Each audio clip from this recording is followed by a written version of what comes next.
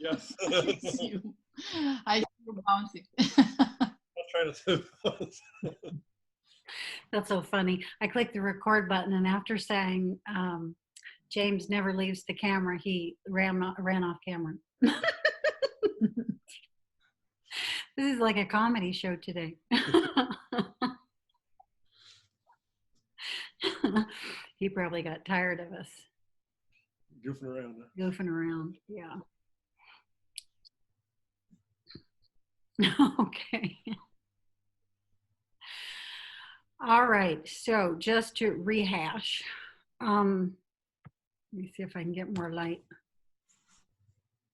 It is so bright here. It's the brightest sunshiny day, and you would never know it. And there's nothing but windows in this house and skylights. I have no idea why it won't come through the camera. Okay, so to rehash,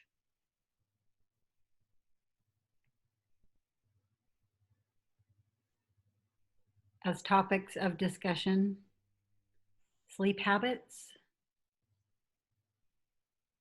along with the wake back to bed technique plus journaling, as rather being the key to the conscious out of body.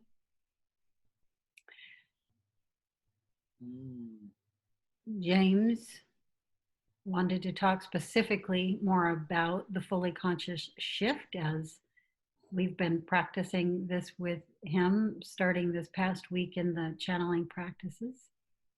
And Anton, energy streams, lines of energy, energy flows. Okay, so if we could start with the sleep habits and go from there, I think it'll all flow nicely. Does that sound good? Sure. Okay, who wants to start with their sleep habits? Specifically, we can talk about just what they are, but also talk about what we feel is the ideal for having conscious out-of-body experience. Anton, do you want to begin? Yeah, well, I think the idea would be a regular wake and, a regular wake and go to bed, periods that you normally can follow, a routine is what I'm saying. If you can have a routine, a sleep routine, and stick with it, and makes everything a lot easier to journal and everything else. Unfortunately, I've been doing just the opposite. I've been everywhere and overworking and too late to bed, and I've really been a mess this last week. So I don't have much to report. I did get a couple of dreams down on my little voice recorder, but nothing profound or big, But I've been going to bed late, and I had my brother up again up north a few days, and working like crazy up there. Did a long ass canoe trip that was unfortunately my planning mistake, about twice as long as it was supposed to be. Okay, and so without going too much off topic, give us more specifics about when you're getting to sleep. Not just late and irregular. Tell us exactly what's happening. You're getting to bed at midnight, 2 o'clock in the morning, 6 a.m. Tell us what has been happening. And the last week has been pretty much between midnight and 2 a.m. So getting to bed between midnight and 2 on average. Down here and up north both. I have to get ready for winter at both places, so it's... Okay, we'll just stay on. Going to bed between midnight and 2 and getting up at? All too early. I get woken up around 5 or 6, and I try to catch a nap later on, but that doesn't usually happen recently, so I'm a little sleep deprived my last week anyway. Okay, so not just irregular sleep patterns right now, but not getting enough sleep. Would you say 4 to 5 hours? I get a little more than that. I've probably been getting about 6 hours most nights. Okay. But I sleep poorly too, so it's it's not always that many hours of good sleep. It's that many hours of being in bed. And what's the ideal, Anton, for you? What's the ideal for having? I need 7 to 8. 7 is usually good enough for me. If I get decent sleep for 7 hours, I'm pretty good. Any 7 or 8 hours of the day or night, or let's be as specific as we can be. In a pattern, I try to get to bed before midnight and then get up around 7-ish, or 8-ish. And that works well for you for the conscious out of bodies? Okay. Yeah, I haven't, like, when I was working, I was doing really well for a while with my journaling. Of course, that comes and goes too, it didn't always, but when I was in a work pattern, it was easier for me to keep my routine going. Because with a regular routine, I wake up before I'm due to wake up usually, and that's a good time for thinking about dreams and thinking about waking back to bed type trips too. If you wake up a little early.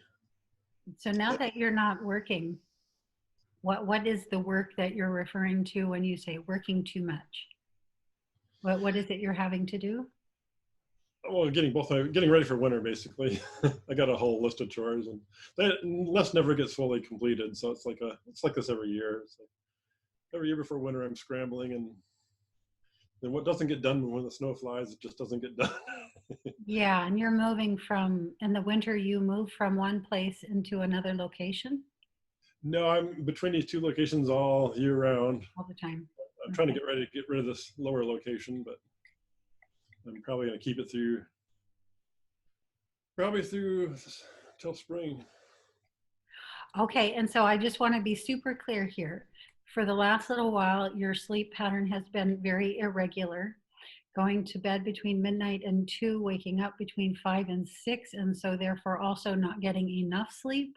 And your recall is what? On a scale of 1 to 10, where are you in there? It's like a 1. I mean, it's bad. Like a 1. Okay, so As I wake up, and I feel it, I can just almost touch it, and it's just, ugh. And it's just so aggravating when it doesn't, I know that'll, if you react to it, it'll make it even worse as far as recall. But so we can see how the one affects the other. yeah, you got to kind of stay in the head. You got to not do anything and move as little as possible and try to drift back a little bit without drifting back too much and recall it, and that just hasn't been happening for a while. And when you're more in the game, when you're more in the flow, when your sleep pattern is more ideal, say from midnight to 7 or 8 a.m., on a scale of 1 to 10, where are you in your recall?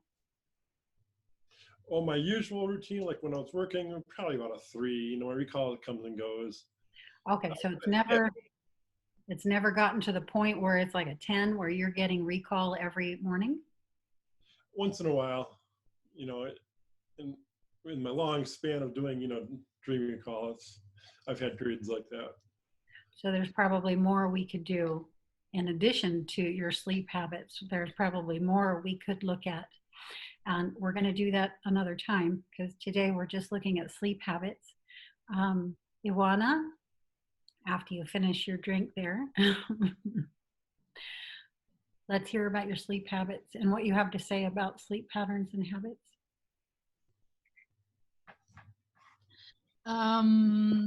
I have usually recall, so I think it's quite unusual for me to not recall anything at all.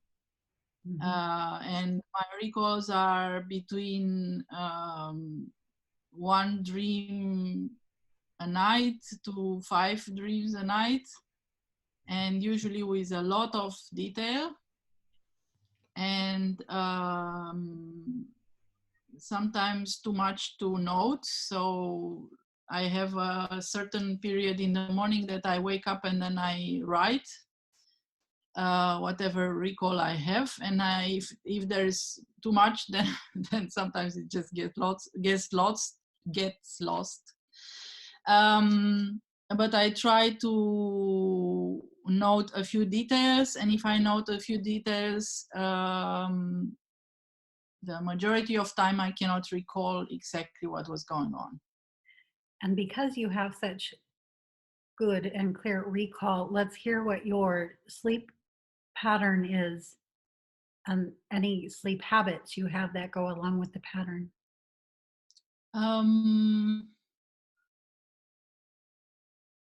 I don't think it makes much difference, to be honest, because I go to sleep also between 12 and 2, and I'm waking up because of the cat or because of things happening on the street or something.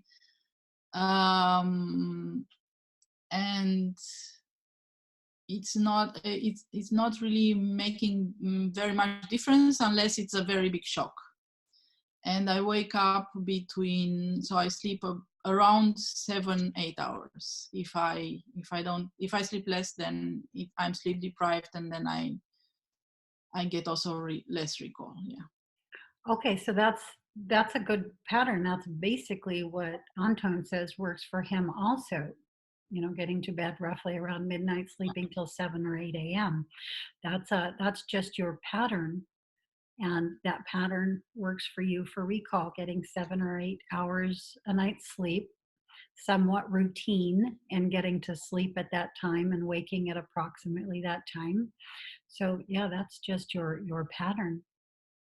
Now, Yes, and lately we go to sleep too late actually, and when I'm so tired that I cannot keep my eyes open, which is because my son wants to go to bed later, and he cannot go to sleep. So if I force him to go to bed, he's going to sit in bed like for 2 hours, and then it's going to be ruin both our nights.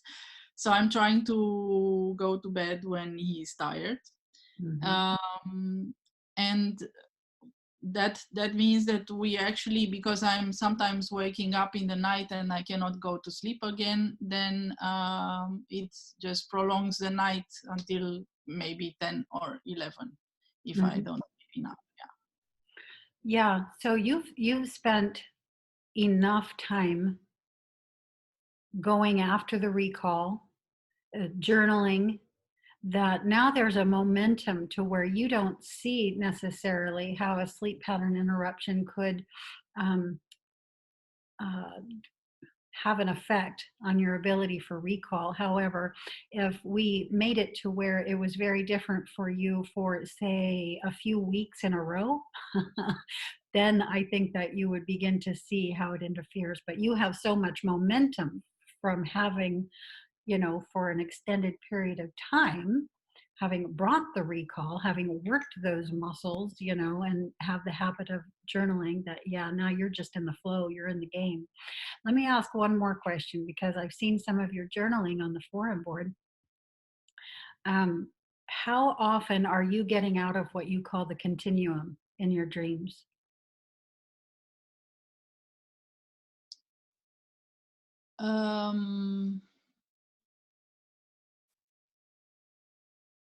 Well, the continuum is what I named the waking up.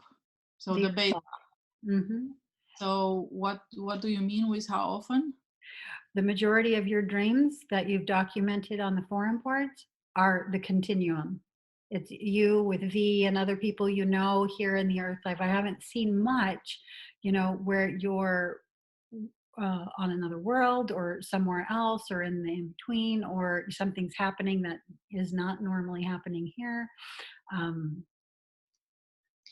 I think that the majority of my dreams, like 95%, are not in this time and not in this reality. So it's maybe with people I know, but not in their current bodies and not in this timeline. So there is somewhere else, and I know in the dream itself, I know that it's a different time. So it's like, so it's not, I don't know if it's in the continuum, but other worlds, I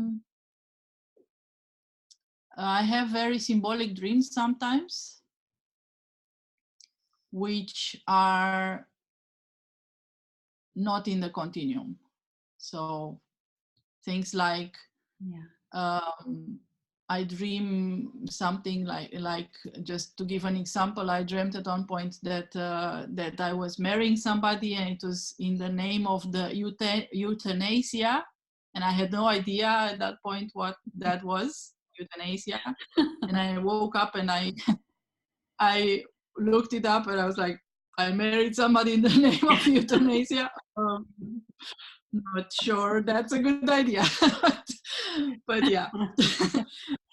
This kind of thing. So I took your cue and I started asking questions. And since I started asking questions, it's really interesting to see that the worlds that I was visiting in my dreams are completely scrambled at the moment. So it's like I'm going somewhere else at the moment. So I'm following that with interest.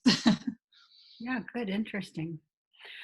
Okay, so you're following a basic sleep rhythm, getting approximately the same amount of sleep each night, most nights. Recall continues to be very good. And are we getting into the area of conscious out of body experience in that, or purely dream recall? No, yes. For me, it's still this basic dream. It's just so it's not conscious, but it's maybe has a direction because of the questions. So it's like messages, but not really out of body experience. It's not consciously going out. So not a conscious shift, but it's just a preparing for, consciously preparing for. Yes, good. And are you aimed there? Is that an aim for you? To do it consciously, shift, yes, it is. Conscious out of body, yeah. Okay, all right, good. James, you're up.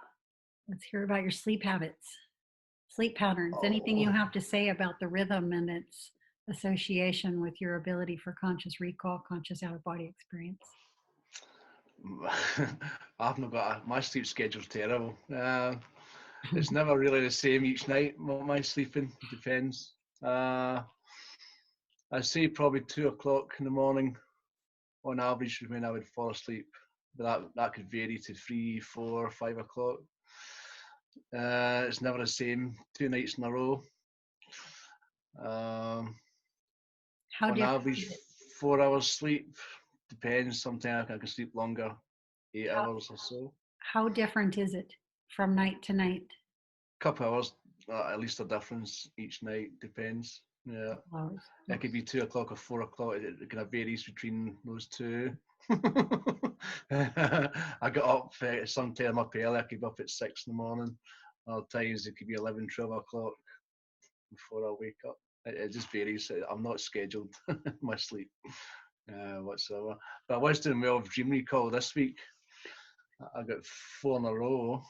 I'm still a little unclear on your pattern. However, we know it's an irregular pattern. Yeah.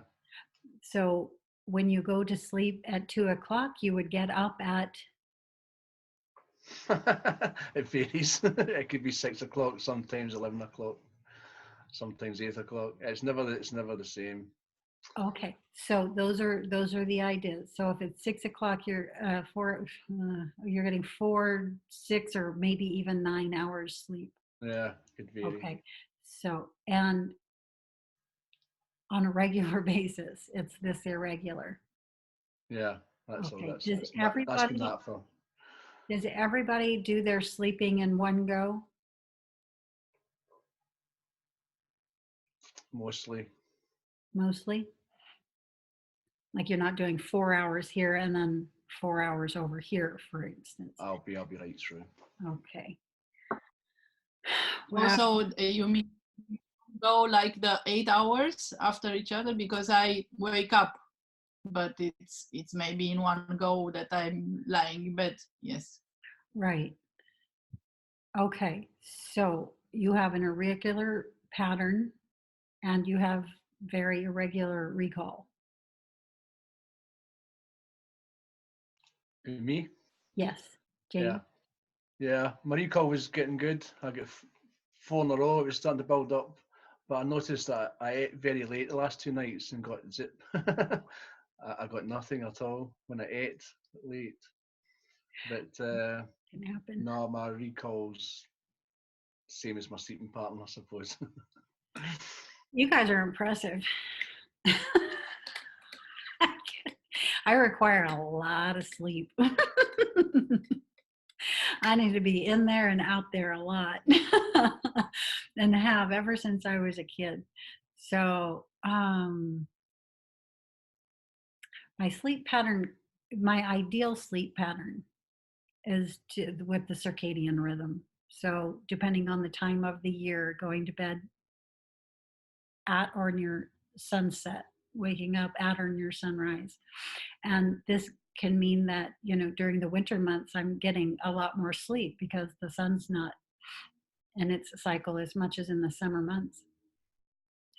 But yeah, 9 hours is really good for me. 9 hours is, sort of a perfect, but that's just of sleep. That doesn't include the wake back to bed and conscious out of body and things like that. That we have to tack another 3 hours on for. So I can be in there 12 hours, and that's good for me. That's good for me. I don't need any more than 12 waking hours in the Earth life field. That sounds more like a coma. And That would be ideal for me too, but it's not possible. So I never have. Yeah.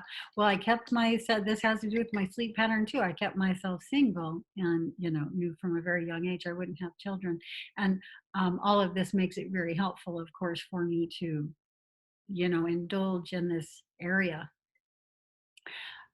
So like, yeah, if I lay down about 8, if I'm asleep by 9:30, or not necessarily asleep, but in there consciously, the body's asleep, then yeah, that's really good.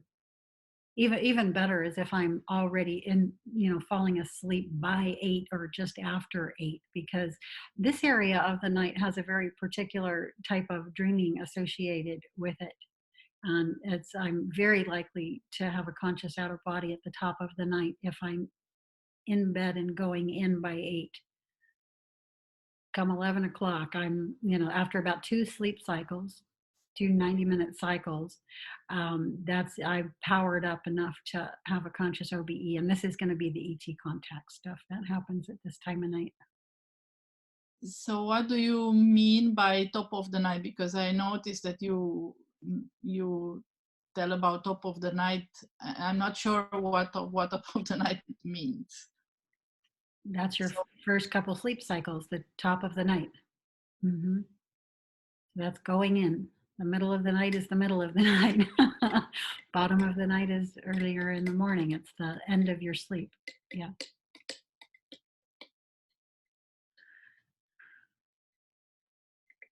So yeah, sleep cycle and sleep cycle rhythms they affect me highly. So if I'm going to bed at midnight or 2 o'clock in the morning, which is a rarity, I have to be working and have so much work and be inundated in my work and it's all consciousness work. It has to do with our sites and things like that. Yeah, I'm still going to have some recall because I also have spent a lifetime developing that muscle. But it's not going to be like it will be if I follow the circadian rhythm. If I'm doing that, and if I'm eating properly, and if I'm stopping to eat 3 hours before I'm going to go in, then I'm going to be highly conscious. And I'm going to be highly conscious in there on a regular basis. It's going to be, yeah, it's not going to be an Earth life at that point like it was during 2009 to 2014. It's going to be a galactic life in which this is one place where I am, and there's other places where I also am, living as conjointly and as real as I am here. Yeah, which is phenomenal for me. That is my goal. That is what I'm aimed at.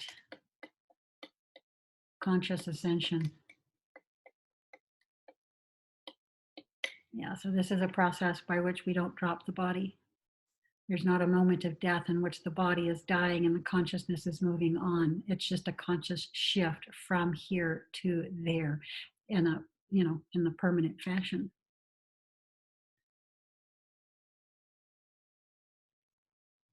I've been getting lots of practice with it. So you can process both realities at the same time, sort of thing. You're not shifting. You're just there permanently, There Yes. permanently. Yes. Time. In the same way our day and our night is here to us. And we generally conceptualize ourselves as sleeping during the night phase of our life. During the night phase of my life, it's just a wake period somewhere else. Yes.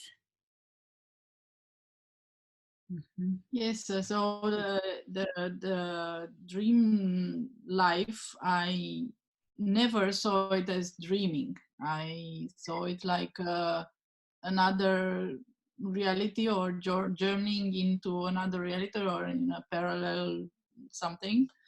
So I was always a little bit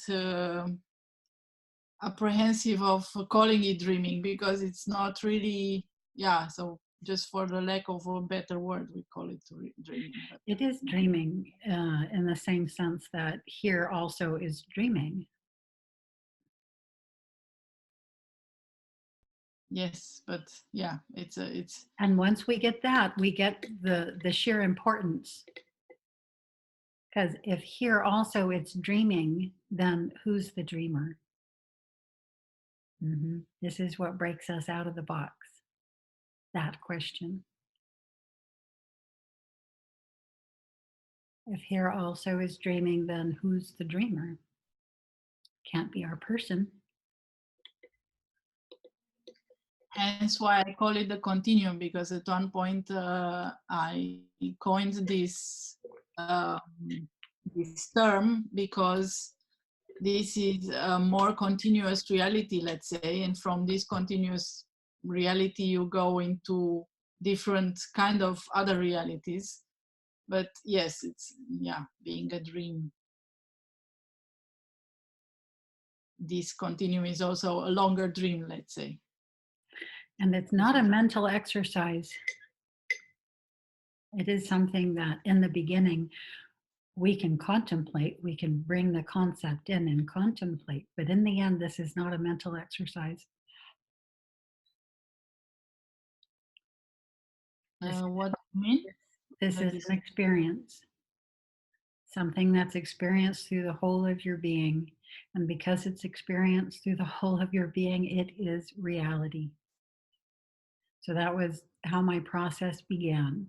My group wanted me to realize that when I got up to start my day each morning, I was still dreaming. And so I would bring that feeling of when I was in the additional fields here with me into this one, and begin to let that entire feeling and experience permeate my experience here. And so it has to be brought all the way through the body.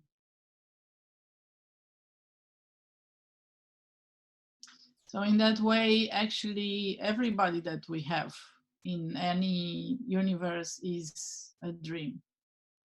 If you're in a visual field, you're in a dream. Mm-hmm. Another word for which is creation.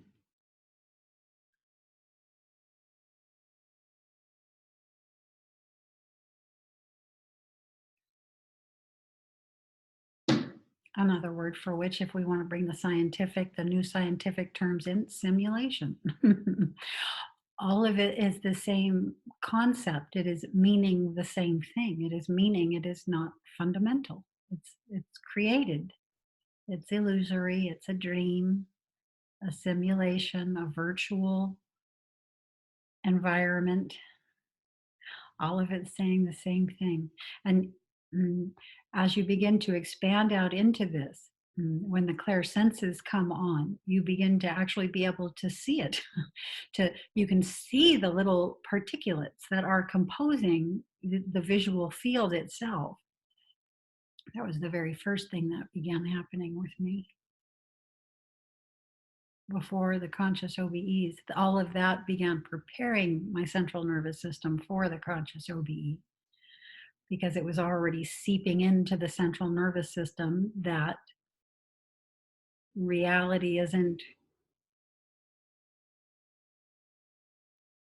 as it had seemed, solid, meaning reality wasn't, quote, as real as how we often take it to be from that objective point of view where things seem to be outside ourselves and solid, static, and put, stable. And getting to the point where your central nervous system is recognizing the fact that it's not can be a shock to the central nervous system. So this is a part of what the conscious shift is all about.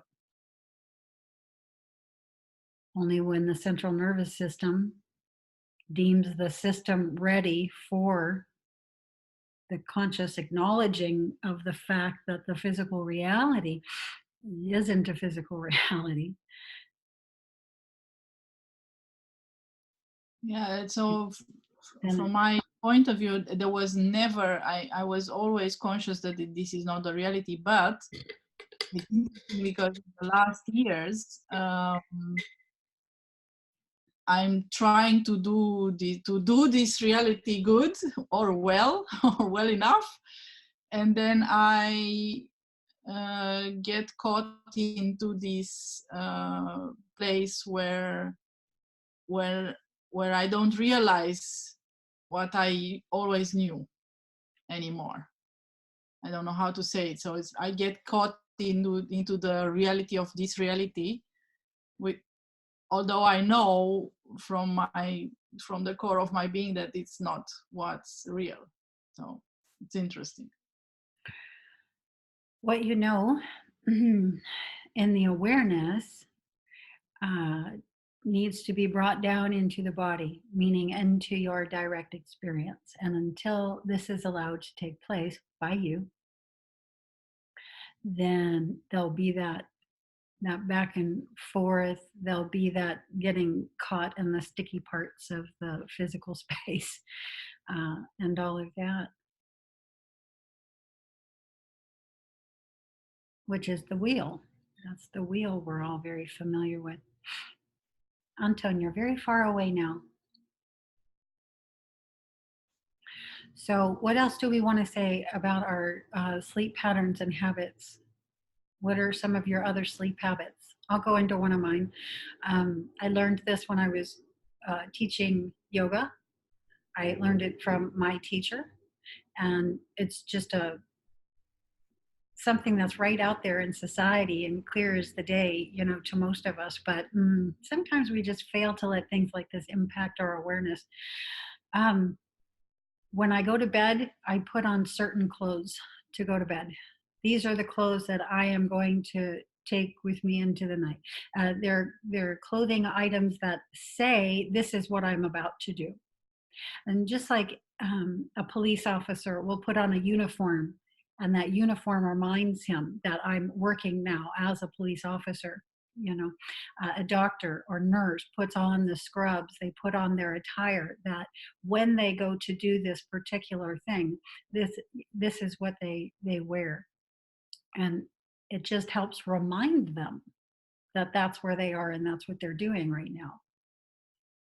And my yoga teacher did the same thing. He always wore a black tank and the black yoga shorts and no other colors. That was his attire for when he was going to teach. And I developed my own attire when I was to teach yoga. And now I also do the same thing when I am going to actively practice. So in the night, when I go into my night, I am going into a very active practice, and I'm going to put on my uniform for that, so to speak. Do you show up in your dreams like that? Well, let me just finish the thought that, this helps me when I'm in there. This has an impact. It has an effect. The effect is not just noted by me, it can be seen. When I do this, I have much greater experiences, much greater recall, much more conscious out-of-body experience. I'm able to grasp more. It's my serious clothes. Like, I'm serious about this now, and I'm going to get myself ready. And this is one of the ways I get myself ready. When I show up in my experiences, Anton, I often show up absolutely unclothed. Is that what you were asking? I was wondering if you're wearing the stuff you're wearing in your sleep. that you went to sleep with? This right here? No, you said you go to sleep with certain stuff on, your yoga clothes or whatever. You don't show up that way in your dreams that way? Okay, I don't go to bed in my yoga clothes. I go Well- to bed in my clothes, in special clothes that I have specifically for going into the night and the work I'm about to do there. Do you show up in your dreams with those clothes? I show up in my experiences most often not clothed at all. That's very common to my experiences. Because I've had, you know, I don't know, it's kind of embarrassing. Sometimes I just go to sleep in my underwear. I sleep really hot, so I really can't wear too much. And sometimes I back my underwear down a little, get it out of the groove, you know, where it's been sitting all day in the waist. So I wear it a little high or a little low. And then in my dreams, sometimes I'm like running around with my. Yeah, I know what you're about to say. Yeah, that can happen. That's happened with me too. Regardless of what your attire is, if it's sleeping in the buff, if it's sleeping in your underwear, if it's sleeping in shorts and a tank, whatever it happens to be, that's what it is.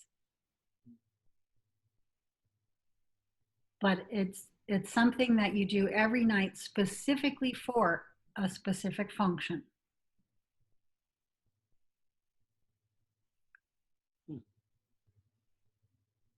Yeah, and the clothes that you have for this function should not be worn for anything other than this function.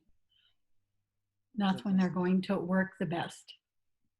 It's kind of So like I'm working myself into white. I also have very specific colors that I use for the sheets and the bedding on the bed itself.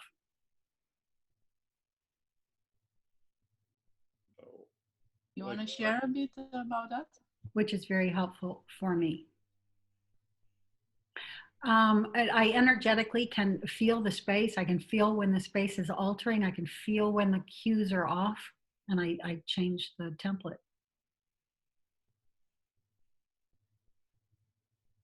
So that during my awakening years, for instance, whites, creams, browns, and blues were all that could be in my room. Small hints of green. But the blue, brown, and white template were predominated during those years. That needed to be present. That was very much a part of what allowed me to get consciously out for 4 years, literally, steadily. Day after day, night after night, 4 years steadily. That color template was very important to that. And so, yeah, and the color templates will change. And you just let them change.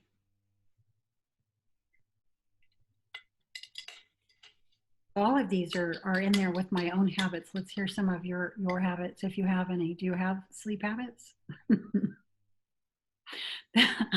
Things that help you sleep, that help you have a good night's rest and therefore have a good amount of recall, etc.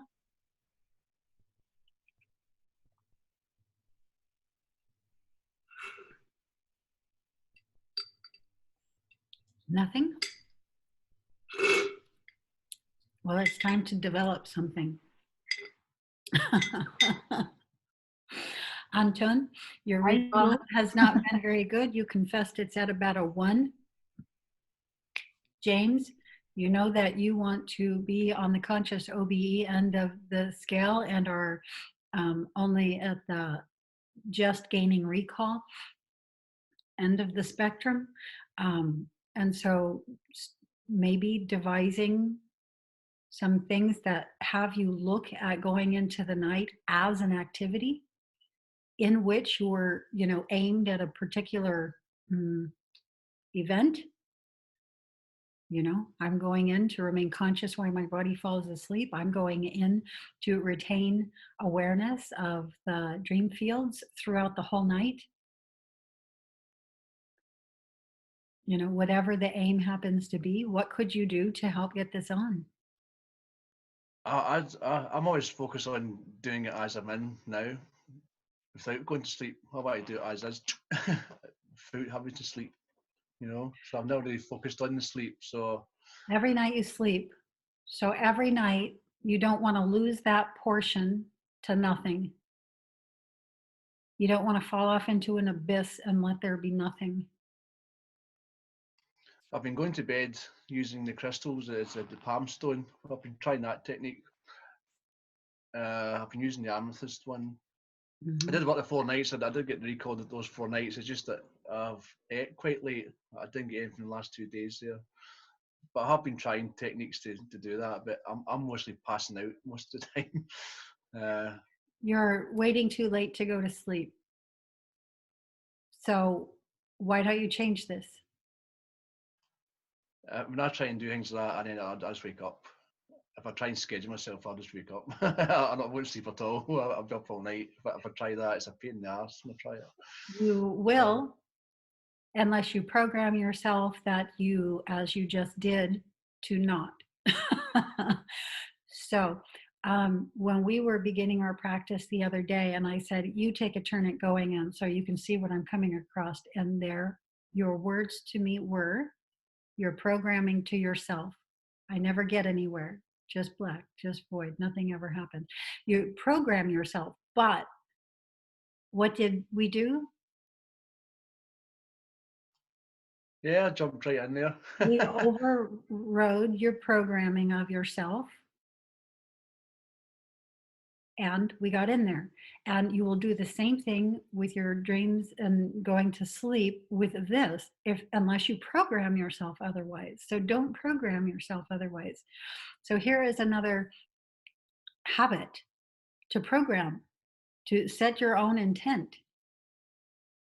You know, I'm going to do this thing. I'm going to do this thing for this particular purpose. And I am going to observe what happens without my conscious interference.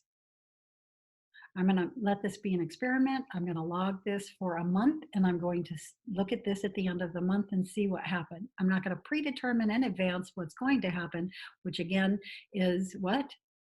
Programming yourself. And adversely to what it is that you even want. Okay, so here's another habit. Get out of the habit of adversely programming yourself. I already know what's going to happen. Nothing's going to happen. I'm just going to lay there and toss and turn. Why would you program yourself adversely? But many of us do that. We pick it up from the system itself, which is very good at programming us. And that's a really great habit to break. So yeah, there's not only habits to pick up that might be very helpful to you, there's habits to break, and that would be one of them. Yeah, I've been like that for a long time though. I've been 20 years. So you don't want to be so dog tired that you're just passing out. That's adverse to what we want. Remember that as how you go into the night affects how you go into your day, and vice versa. Okay, so the more aware you are here, the more aware you are there. The more aware you are there, the more aware you are here. It's cyclical. It's connected. It's all one. It's all at once. The head affects the tail affects the head. Okay, and so you don't want to leave that out. You can't just focus on your wake state. You want to focus on your wake state also, but you also want to focus on your night. Okay, the mind works differently. There's more patterns available to you, generally more effortlessly, more easily in the night. We go into these deep deltas and thetas and alpha states, whereas during your wake state, you are almost always predominantly in beta, you know, unless you are actively meditating. And then only, you know, when you get to that certain point in there, do you drop momentarily into those states before the meditation is over and you're back in beta. And so in the night, it's very different. You're in the deep deltas and thetas most of the time. Leaving that out of your equation would not be wise. So what can you do to go into your night more consciously? And remember, the idea is to remain conscious. So who cares if you can't get to sleep? You're attempting to remain conscious as the body falls asleep. And that is a conscious OBE. There will be phenomena, especially at first, high vibratory phenomena. That scares most people. I'm wanting to get in because I'm sick of it just being stuck. I want the whole thing to go. I've been asking for ages for that. I can't get it I can't get it to go yet. Well, this is why I'm having you look at how to get it going. And so not opposing the idea of getting it going, which you did when you said, well, nothing will happen. I'm just going to toss and turn. And so I'm just going to keep going to bed late and, falling in there at the point I'm just literally passing out. Don't do that. I mean, you can't ask for it and then do that. Okay. I know it's true. Yeah.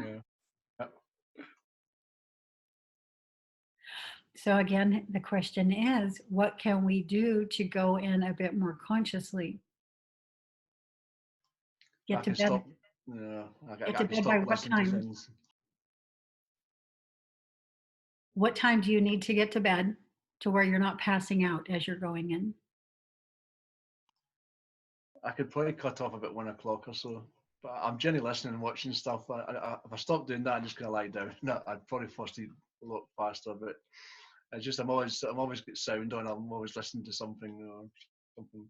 So I need to kind of change all that. So I'm normally quite active. Yes. Okay, so all of that this is critical. This is important. This is keeping your brainwaves in beta.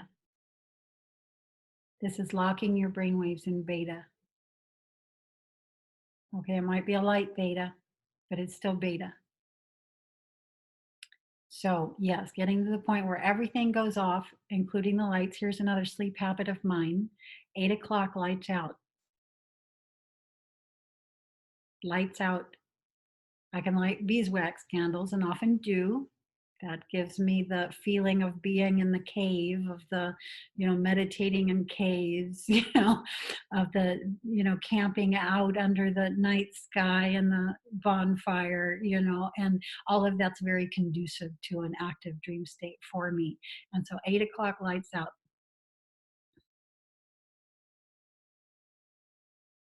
It would be sooner than that usually, but I have lots of work to do with the video footage and all of that these days. But lights out at 8. Light the beeswax candle, and that starts telling me it's time to go in. Start putting everything down if you haven't already. And at that point I can listen to some, interviews, about consciousness stuff. So long as I don't fall asleep without having turn the computer off, the Wi-Fi on the device off. I'll put my phone on sleep mode. It's usually always on sleep mode. And shut everything down. Once you get the pattern down, your system will adapt. Know that you command the system. This is James's life experience. James commands the body system cells what to do. So if James says, this is what we're going to start doing now, this is why we're going to start doing it now, I would like to ask for all of your agreements on this. If you would like to communicate with me about this in the night, I'm going to be opening my awareness and opening my listening to you. To any suggestions you may have, et cetera, et cetera, et cetera. One of the main experiences I have is communication with my own body system, which is just phenomenal. One of my greatest out-of-body experiences was when I went into my own hippocampus. That's a part of the brain. I didn't even know that until I had the experience. And, that was played out. The hippocampus is also the name of a magical being that's named after this part of the brain because it's shaped in a similar fashion. But I literally came across this magical being in the experience, and just kerpow. So that's an amazing thing to develop a communication, contact and communication with your own body system cells, your own body systems, and the body system cells that compose the systems. And then you can go in there for healing. You can participate in healing. You can, look around and see what's going on in there. It's not what you think. It's not a meat body. It's not what you think. And the intelligence that designs these is there, and you can interact with that intelligence that designed it. As to what its purpose and function was, and is, and how to work with it, combine with it optimally, for an optimal experience here in 3D physical reality. Phenomenal. So it's of course all tied in and all related. Physical life, earth life is not a separate thing from all of this. Again, it's all one, it's all at once. It's all connected. It's all interconnected. It's all interconnecting on an ongoing, regular basis. And you can get in on that. Every cell in your body is communicating with every other cell in your body. It's, a phenomenal process. So anyway, that's one thing that you can do going in. Healing is something that we all seek for, whether it's mental, emotional, or physical, or energetic physical healing. Yeah, one of the first things we can begin healing is our own rhythms and our own rhythm with the nature.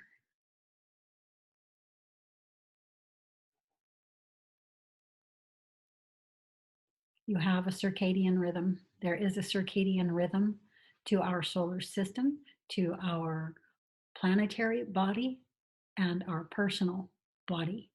And getting in on that rhythm is nothing but beneficial to you, is nothing but healing to you. And so you can oppose it all you want, but that will not get you where you're going if where you're aimed at is conscious out-of-body experience.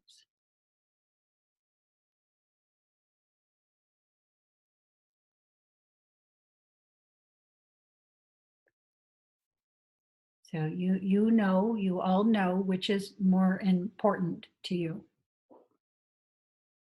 Hanging on to your detrimental habits or moving on. Bucking up for something better. I've got some major habits. That was a bad habit with me. Yep. You've got some work to do. You're not the only one.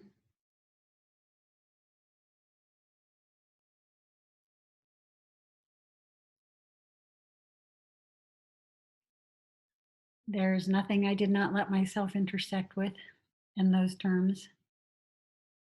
But either you're the stronger or you're the weaker. Which one? Which one is it?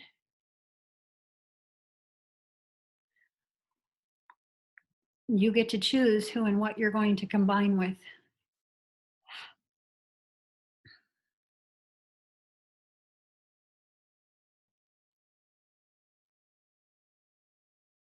There are those elements that will keep us. I come in and out with the image because my connection is unstable. Okay. There are those elements that will keep us asleep and those that will assist us in waking. Which are you choosing? And you can't keep asking for that which is going to wake you while you insist on continuing to do that which is keeping you asleep. It's a ridiculous notion.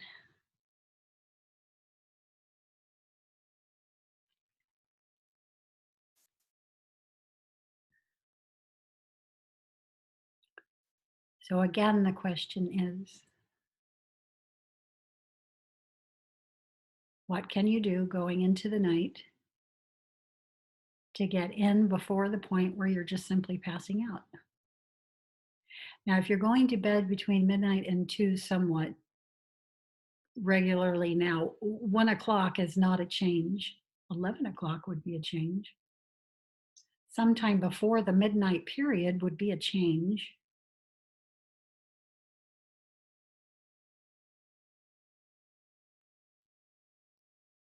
And, I'll try to.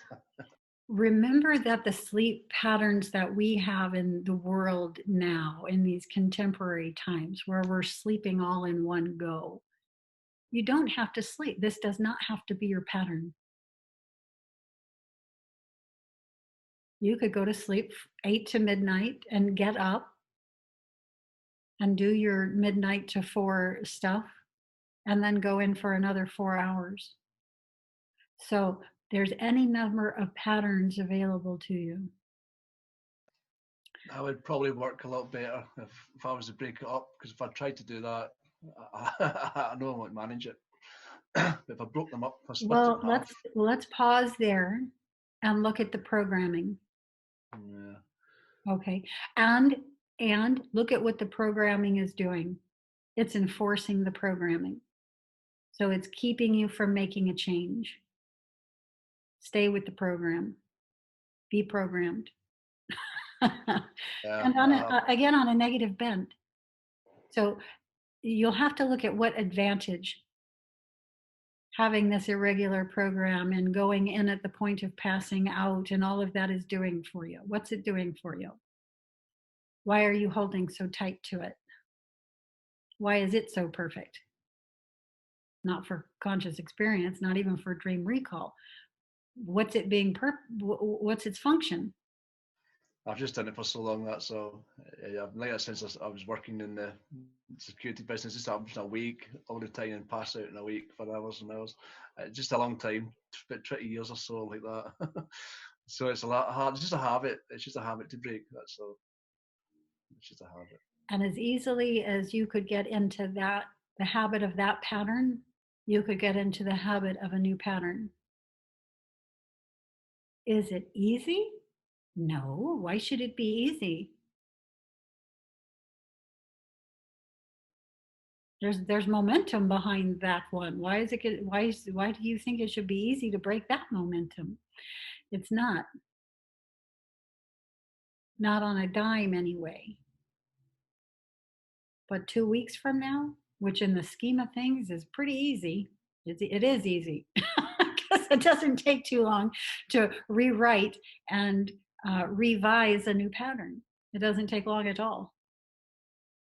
The body is so fast. It is so intelligent.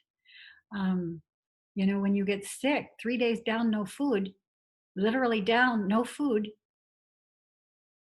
and you're better. Everything's reset, you know, from incredibly ill to incredibly well in 3 days.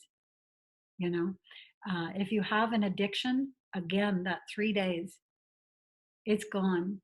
It takes about 3 days to break through an addiction. That's nothing. Is it painful? Damn straight. Have I gone through it many times with many substances? Damn straight. So I know from which I speak is what I'm saying. I sort of like playing with those energies because I like proving to myself that I'm not weak.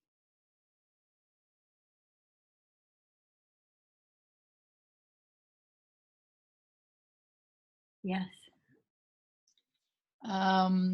We just 100 years ago, we used to have 2 sleeps a night. So they were calling it also the second sleep. So it's not, so the body is more used to that for hundreds of years than what we are doing now, programming the kids to, did they sleep through the night already? Like they're 2 months old, but actually the body knows how to do the 2 sleeps better than they were.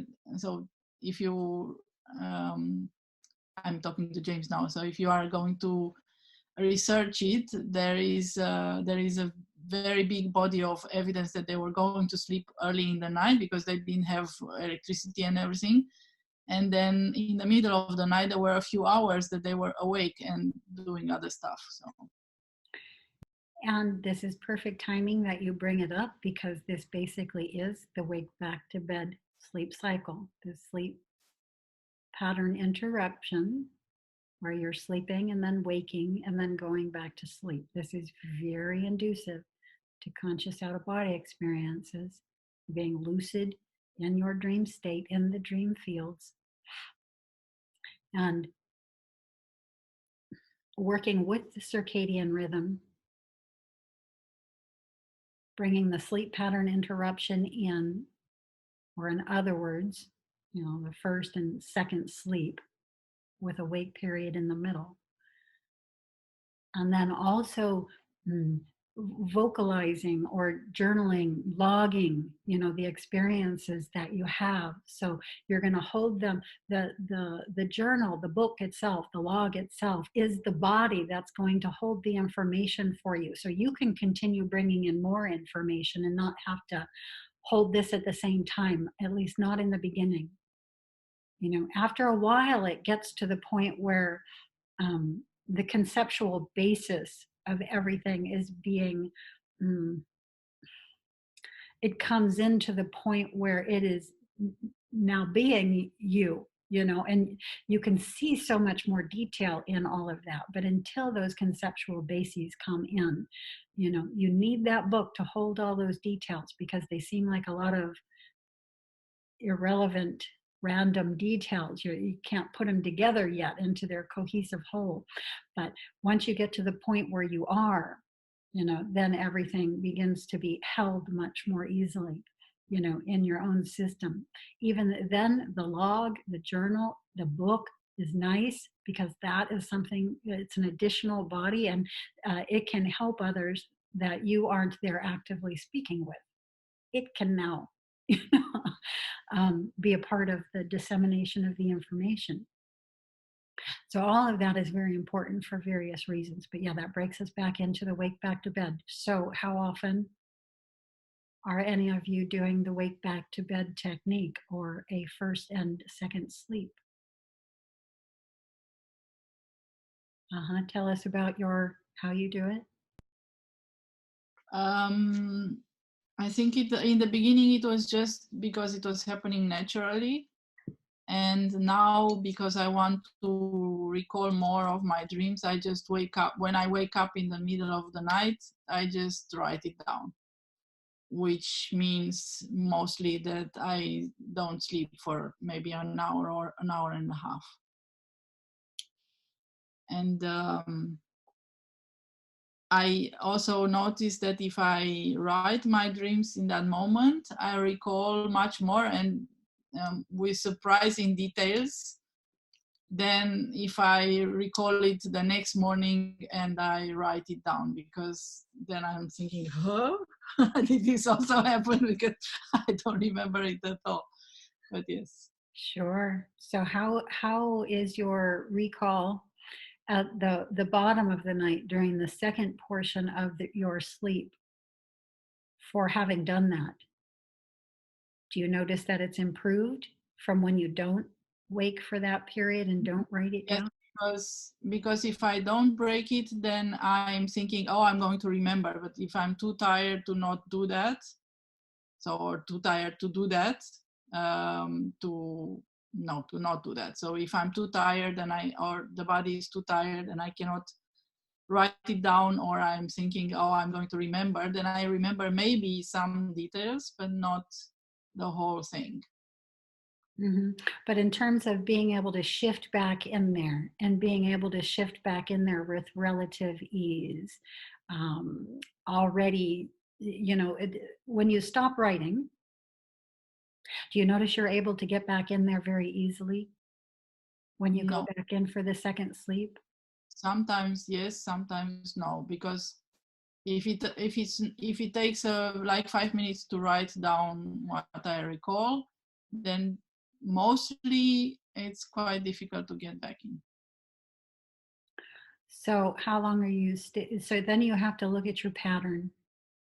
Did you stay up for too long? Did you bring your brainwaves all the way back into beta to have to, write things down? You have to pay attention to all this information too. So if you are going to do any journaling, when you do your wake back to bed during your wake phase. Some people need to stay up that full 60 minutes. I wouldn't suggest any longer than that unless you're going to literally do two sleeps, break up your sleep rhythm altogether. But if you're just doing the basic wake back to bed, that's, being awake anywhere from 10 to 15 to 60 minutes. Yeah. And you'll be able to tell which is the more ideal for you. Once you get accustomed to understanding and experiencing through the feeling of it your own brainwave states, you don't want to come all the way back out into beta. Maybe a soft beta at max. Yeah, I like to stay in the alpha spectrum. It would be easier. Yeah. I think it would be easier to record it with voice, but it's logistically not really possible here. So then I would be able to just stay at the border between alpha and beta. But to put a light on, write it. If I write it without lamp on, then my writing is completely unreadable. So I have to put just a small lamp on and then write, and then sometimes I'm in beta. Yeah, it would be nice to find a way to stay more in alpha. Yeah. Right. So finding the right length, more toward the 15 minutes or more toward the 60. And then not doing any activity that's too much. So going to the bathroom. Some men like to get something to drink. That's not ideal for women. Our bladders being very different. Yes. Yeah, I also have to not drink like 2 hours before bed, and sometimes I'm too thirsty, and then then I drink, and then it's interrupting. Yeah. I like to window gaze. Window gazing is excellent for taking the brain waves, into theta specifically. You have that reality on the outside of the window and the reality of the space on the inside of the window, and it has a cognitive effect on the brain waves. So I may just window gaze, just gaze out the window, real simple. Yeah, I'm definitely going to write down anything I remember from what was happening previously, but I'm not going to write it out in any kind of detail. The detail would bring the brainwaves back into beta. So I'm going to do some rhythmic breathing specifically designed to keep my brainwaves in theta, maybe alpha, right there in that spectrum.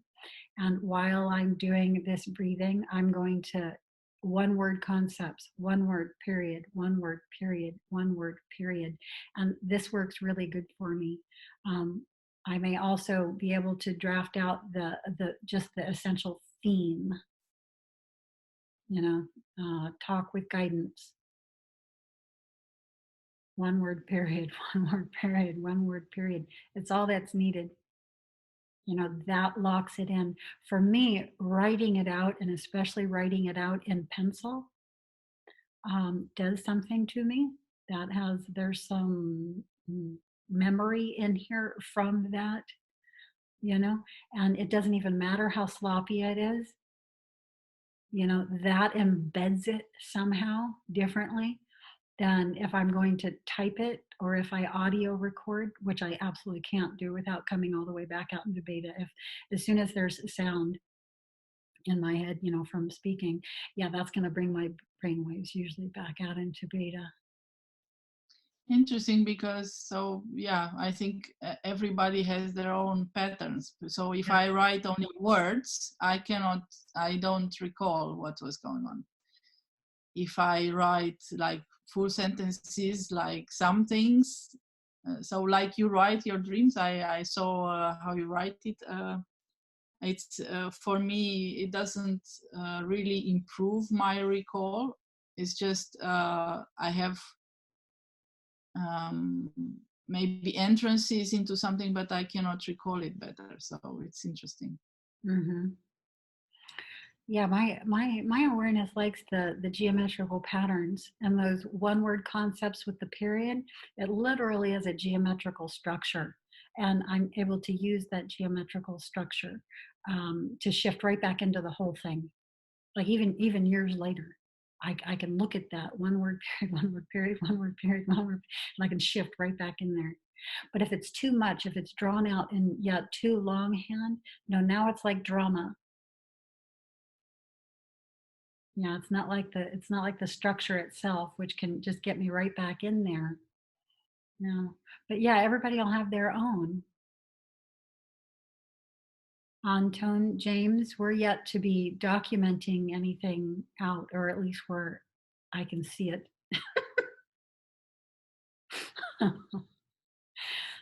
So isn't this another thing that we could attempt there with the two of you? Not just documenting for yourself. I'll just finish that. And not just documenting for yourself, documenting out in public. I document what I get, but I don't get much.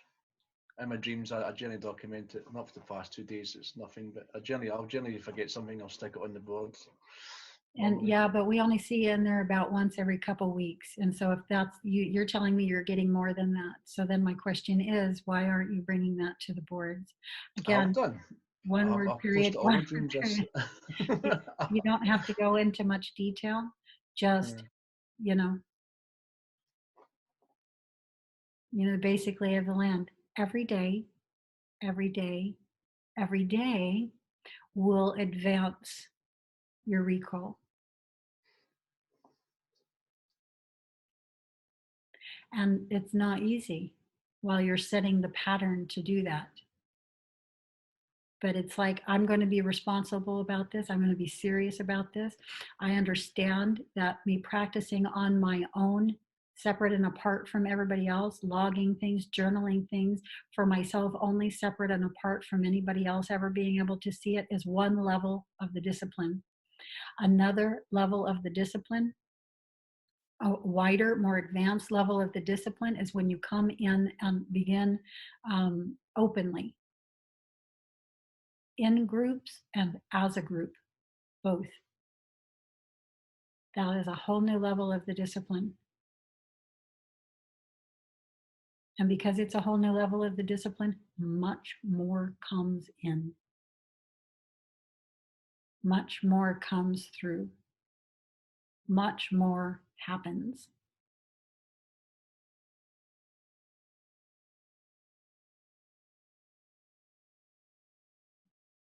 I would only encourage you in that direction. I'm not going to encourage you to be ready for it now, only you will be able to know when that time has come.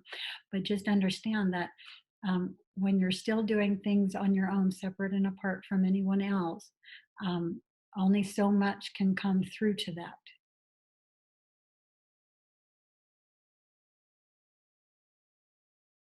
It's an opening that's only open so much. And only so much will come to you in that opening.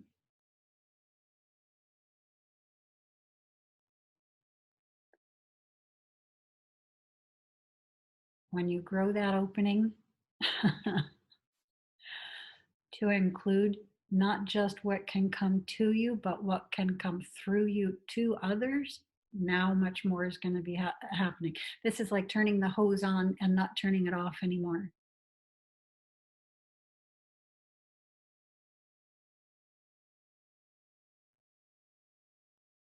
And you'll notice the experiences that you're having will begin to change. The information that you bring back with you will change. Before, it may seem to all be personal stuff to you, but that's because you're keeping it personal.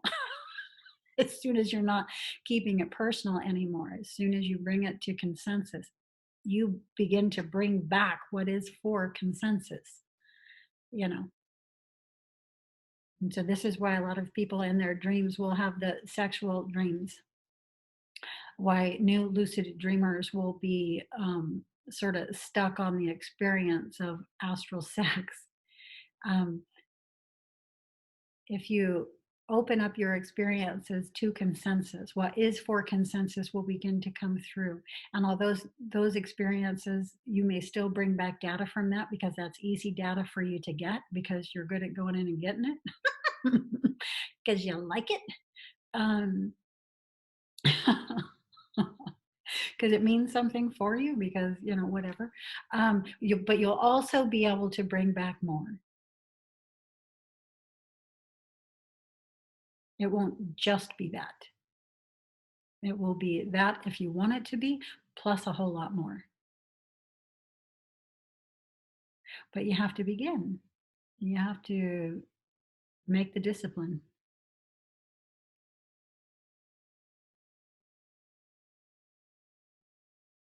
So can I ask a question related to the conscious shift out of the body? Yes. Because I understand that for you it just happened naturally. How can you follow a path when it doesn't happen naturally? So how can you just how can you start to go in and exercise when it doesn't happen naturally? When it's so I'm not sure that you can answer that because it happened naturally to you, but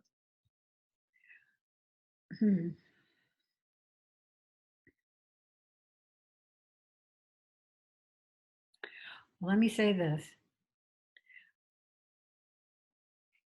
I've had the spiritual disciplines most of my life. I found the yoga quite young and started practicing by age 12. I was practicing yoga and meditation. Okay, for me, that was a practice. It was a discipline in the same way that now people deliberately try to have an out of body experience. They're just not understanding that meditation is actually the precursor to this. So, how do you begin meditation? In this sense, what happened 2009 to 2014 didn't happen naturally on its own. It happened because I created the opening for it to happen through a lifetime of meditative practices and disciplines. So although I didn't try to consciously have an OBE, that concept wasn't present in my awareness. I did consciously meditate on purpose every day. So that's sort of how I saw that. And in that sense, it didn't happen naturally. I created that opening. I made that discipline. I became disciplined. And through that discipline, an opening occurred through which the out of body experience, the conscious out of body experiences happened. The Kundalini, you woke and all of that began. So I did bring it on through my actions. I just didn't see that at the point of it beginning because I didn't know what it was. I thought I was being abducted by aliens and all of that. And I had to go through the process of discovery just like everybody else does. So how do you begin? Meditation, discipline, practice. It's the same for everybody. And we're talking about some of those practices that will help bring it on right now. One of the practices is getting out of the habit of negatively programming our experience. So seeing where it is we are doing that.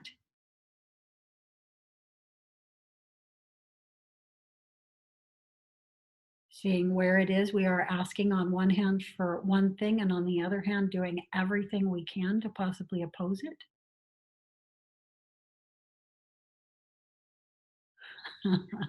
And coming into some kind of understanding of which we're going to vote for. You have to choose. Everything begins with a choice. What do you want more?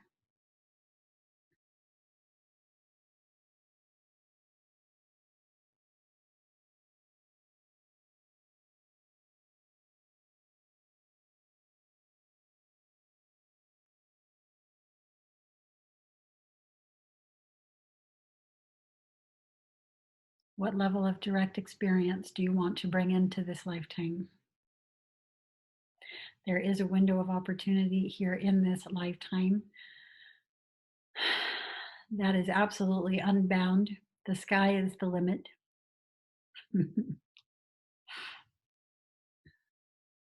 What do you want to bring through into your direct experience? Let's hear from each one of you.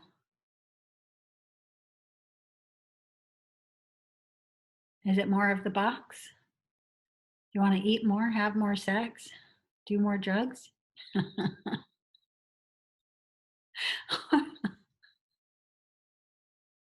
Or something else?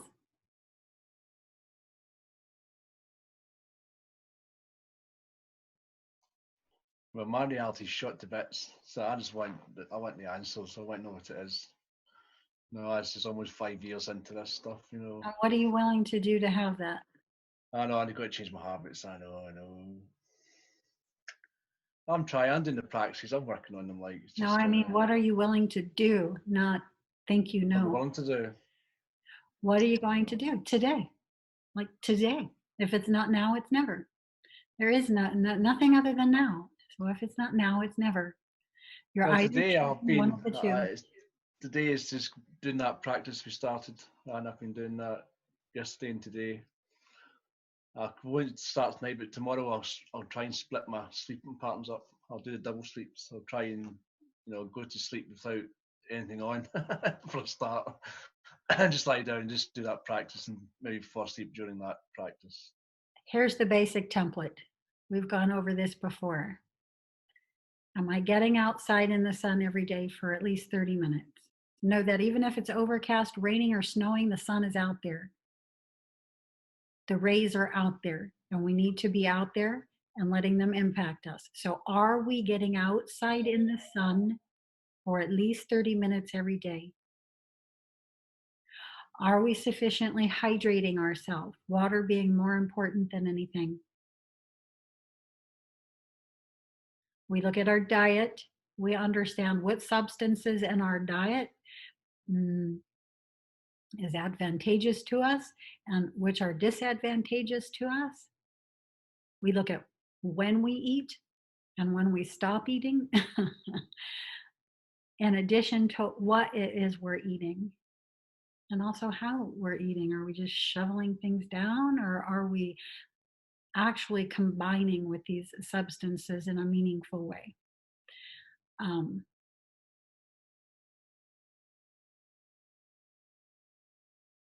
Looking at our day, are we having a beneficial day? Are we doing what we want to be doing? Are we doing what's bringing us some sort of meaningful feeling, doing what we love? Or are we spending a lot of time doing things we, quote, don't want to do, but have to?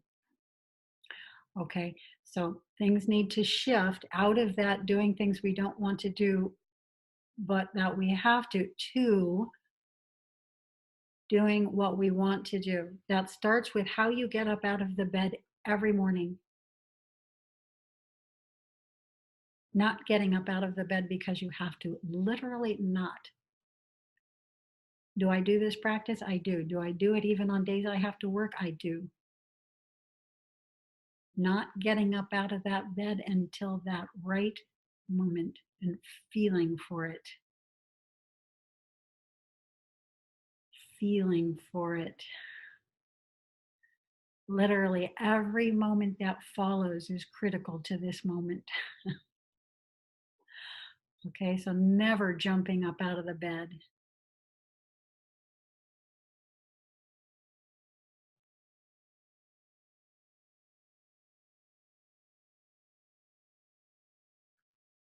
And then, of course, our breath. Very important. How are we breathing? You can bring on the alteration in the brainwave frequencies simply by your breath at any moment, day or night. And understanding this, getting in the habit of invoking this, practicing this through your day, through your breathing, through what is always happening. But usually we're letting it happening rote behind our even being aware of it. We have no idea how we're breathing. We very rarely bring conscious awareness into the breath. If I gave you the practice to be aware of the fact that you're breathing even one time during the day, you'll notice that a lot of days at first you can't even do it. You forget, it gets by you. Don't forget the breath. It's your energy. It is your vital system. It is your connection between this world and the other worlds, this reality and the other realities, this brainwave frequency and all the other frequencies, this channel and all the other channels. So bring it into your experience, bring it in with conscious awareness, begin to combine with it and pattern it in ways that let you experience new and different things, including healing in the body and the optimal state of health of the human body.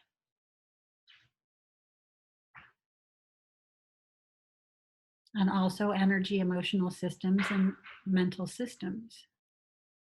That's what connects the mind to the body, the breath.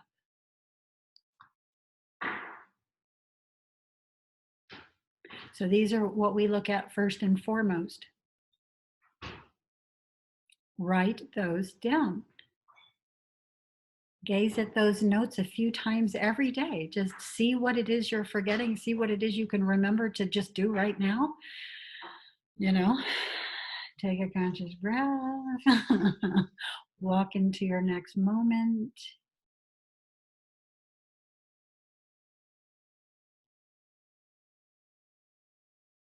And do that with your full conscious self, not with your lazy self that's just going into whatever.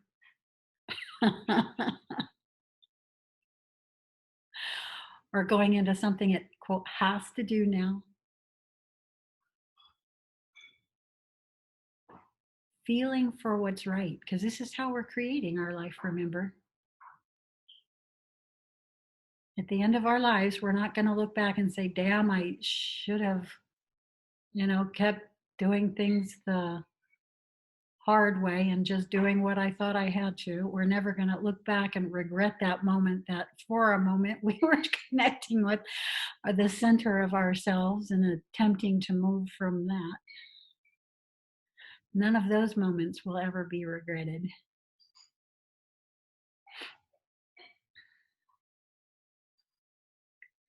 And then there's the bunch of other little fun stuff, the other little fun details. Do I want to make a uniform for my sleep that tells me when I'm dressed in this state, whatever it happens to be, I'm going to work?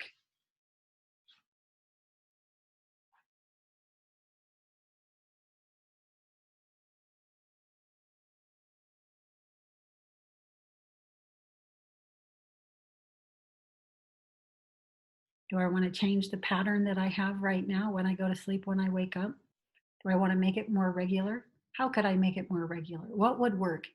Even something that's mildly better than what is right now, even if not ideal. What is that? And then being disciplined enough to set the intent and do that for a period of time, set the new pattern, see what the new situation is, and then just keep moving toward the ideal. I tend to turn the dial all the way because I'm an extremist. I want things now, I want them right away, and that's going to be the biggest experience, the biggest differential. Now, so the biggest ride. Yeah, I don't necessarily want it to be easy. I just want it to be something I notice. Something that's going to be very obvious to me. Can't miss this. So when you give up a habit on a dime rather than titrate off, for instance.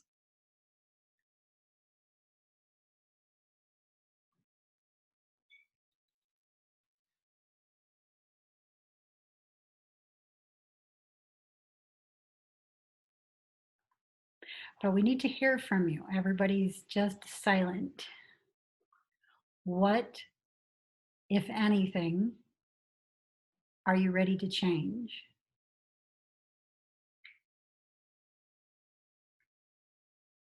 Anton, anything?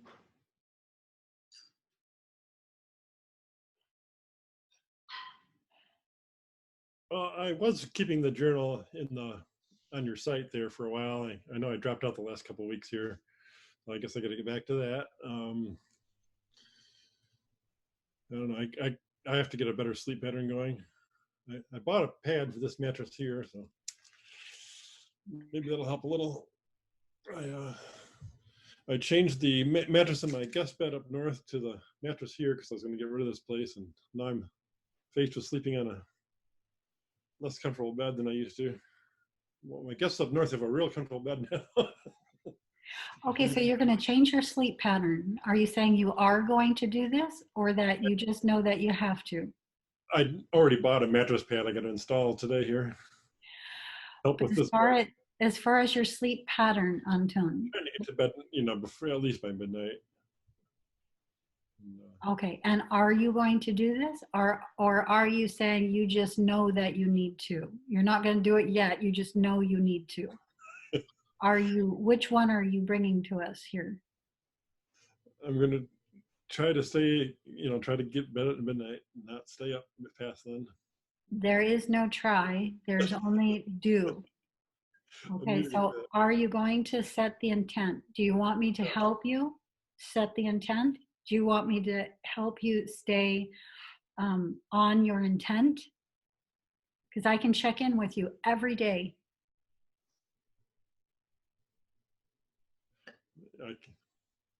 I can motivate you every day. Okay. And so can all of the rest of us. So if you're really serious, bring us all in to assist. Say what it is you're going to do and be specific. I'm going to get to bed by midnight, and I'm going to try to recall better and at least write something down every day. You're going to get to bed by midnight, and you're going to sleep your 7 or 8 hours. And try to write something once a day too. Okay, there is no try, there's do.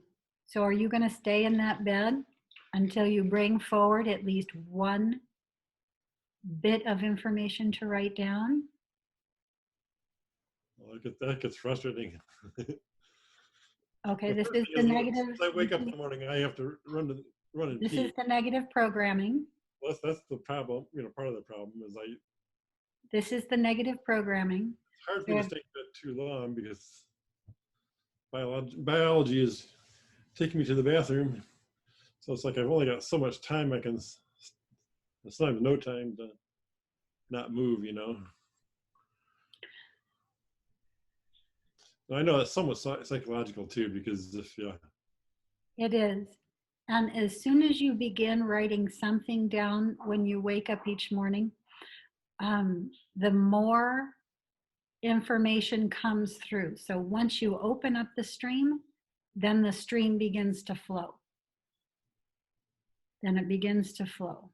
Okay, and it doesn't take very long to set this pattern. So if for a week or two you have to stay in that bed, and we're not talking for hours, Anton, I'm asking, how long do you need? Right now, you've told us that you're not spending any time for the recall. If it's not there, you're just getting up. Well, it's variable because, if I have to. So would it be possible? Ladder is burning, I have to get up. So would it be possible? And if you have to go to the bathroom, go to the bathroom and then get back in the bed and close the eyes. The brain waves are not going to have exited fully yet in that length of time and that mild of an activity. So that's not a reason to not do the recall, to not do your log. Okay, and remember, if you can't bring anything forward, and I honestly don't see how this is possible, there is at the very least a feeling. A lot of times there's a feeling of frustration because you can't get to the visual data, and so that's what you write down.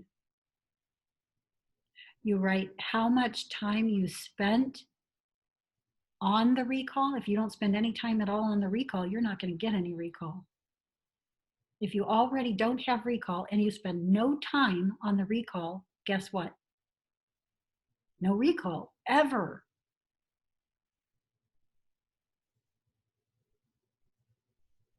you know, except for that random thing that happens for everyone. So can you spend 10 minutes once you wake? Can you spend 10 minutes deliberately on purpose going in for data recovery? Sometimes when you're going in for data recovery, you're not recovering the data from the previous night, but new images are beginning to flash. Well, this is what you're going to write down.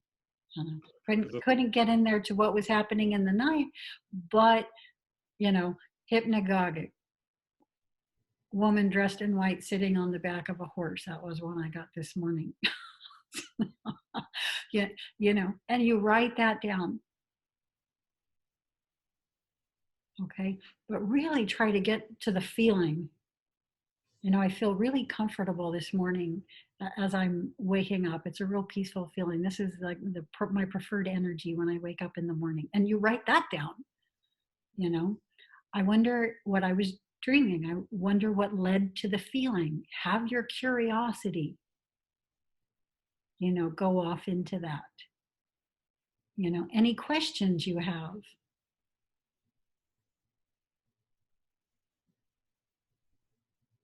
You know, how can I improve my recall? You know, and you're asking your inner self, and your inner self is going to bring you the answers. And you may find that during the day you got an answer, and then you go back to your log and you wrote down, I got an answer to my question. You know, I've got this idea popping up to do this. You know, in my dream state last night, I was getting a lecture.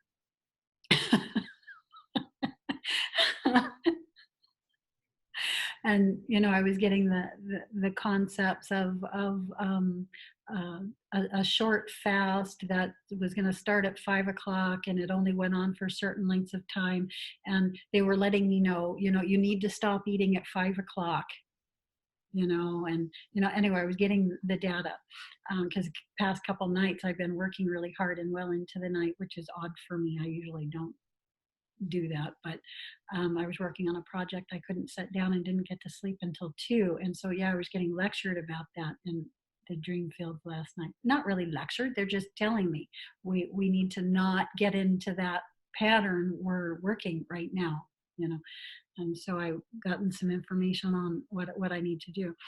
And you will also. The dreams are the intercommunication with your guidance system and yourself, your greater and ground level self. You know, it's important. You ask the questions, you throw in the curiosities, they throw back to you the answers, the suggestions, the potentialities, you know, and you begin to glean them, and you glean them as conceptual symbols and visual screens, visual environments, situations happening, you know. And the more you are curious, the more you are interested, the more you are aware of your own questions, the more again you are receiving those answers. And so Anton is going to get to bed by midnight every night. And I would suggest to you being in the bed by 11 or 11:30. You know, you can still be doing stuff on your laptop or, you know, whatever, or practice would be even better. But, you know, you could have an interview going on, you know, and you're just listening to it, but you're in the bed, you're laying down, you're getting the body, you're assuming the position. You know, everything's being set so that at midnight you're actually going in. Not at midnight you're beginning the process, but at midnight you're already going in.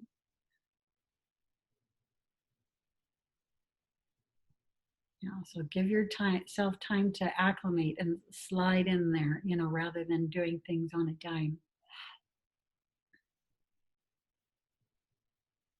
Watch the brainwaves shift. Watch the changes in sensation, the way the energies begin to change. Anything that happens in the field, you know, work with the breath. Again, bring that into the awareness. Have your crystals. James mentioned crystals as a sleep habit. That's an amazing sleep habit I couldn't live without now that I understand crystals and their function and work we do with them. So yeah, the palm stone, having the palm stone and connecting with your palm stone.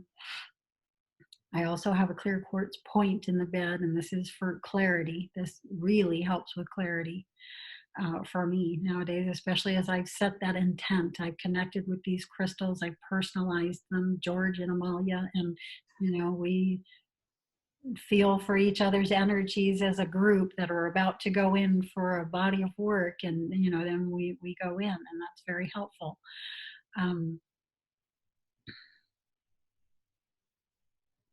The board is the place to come to seek encouragement, so don't encourage yourself to set an intent and then trample it under your boots. If you're going to set the intent, do so publicly, do so on the board, do so as a log, hold yourself responsible. This is somewhere I'm coming every day to do this. I'm not going to just do this willy-nilly. I'm doing this seriously.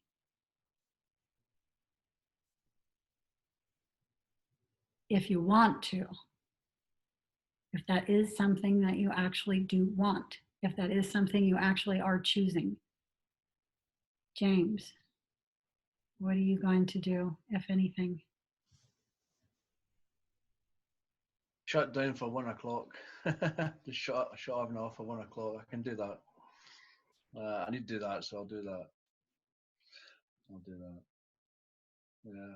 So I'm normally listening to stuff or thinking about stuff I'm doing at 3, 4 in the morning. So I'll just shut down for 1 o'clock and just lie down and do the meditation and into a sleep. That's probably what I'll do. And what time are you going to sleep until? I don't know. I don't know. I'll just shut down at 1 o'clock and I'll just go into sleep and I'll see what happens after that. So I couldn't say how long for. The intent needs to be set for both ends. You already know that recall is not worth a squat if you're not getting the 7 to 8 hours. So are you willing to commit to the 7 to 8 hours? If I could. Sometimes I don't sleep that long. Could just be a couple of hours, just depends. Then you stay in the bed. The idea is not to sleep, James. The idea is to stay awake. And so nothing is happening that is contradictory to what we're going in there for. We're going in there to keep the mind awake while the body goes to sleep, which again is a conscious out-of-body experience. So the more you do that, the more likely you are to actually hit that moment where the body is falling asleep and the mind is staying awake. What you're used to is the mind staying awake and the body also staying awake, because it won't go to sleep until it knows that the mind is asleep. And that's why you have to remain very still to fool the body. And again, that's your central nervous system. Once you acclimate to a conscious shift, then this is no longer the case. I've changed how I lie down. I'm not just sleeping my side up. I've been changing it the past week or so, just lying on my back and kind of just kind of eagles like that. And I've got the sensations there. And that's how I'm falling asleep. So I've changed how I have it lie down in the first place. I've changed that already. Going to sleep with a crystal in my hand, I'll do that consciously all the time now anyway. So how much time are we committing to? Are you committing to the 7 to 8 hours? I'll go for 7 o'clock in the morning. I'll see you. That's only 6 hours. I don't often sleep as long as that, to be honest. Again, the idea is to not sleep. The idea is to stay in bed. I'll go for 1 to 8 o'clock then. I'll set that. The idea is to stay in the bed. You can move from the bed to a practice space. I have a practice space on the floor. So if I'm not having a good progress by staying in the bed, I will just simply lay my body down on my yoga mat on the floor, which is my quote practice space, and I will continue there. But the body is laying down because again, it needs to lay down for it to go to sleep. But we are attempting to stay awake.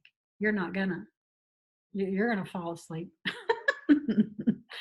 But you're going to practice throughout the night. You're going to come awake. And then the idea isn't to get up.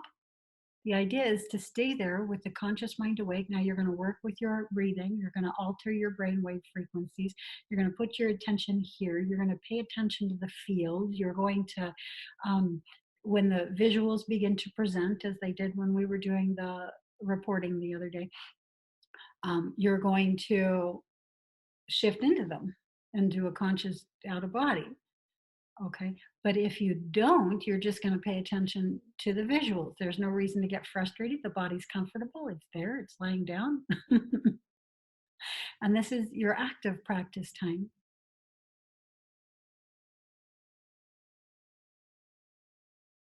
But you need to be laying down. The reason why you want to get up is because you want to go back out into beta. You want to get that coffee. You want to get the beta hit. You want to do your pipe. You want to get the beta hit. You want to eat food, probably food that's very beta. So that's the, you're going to have to begin to override some of that. And the way you override it is by not getting up, not listening to it, not going after those signals anymore, not letting those signals run your life. You need to get back in charge.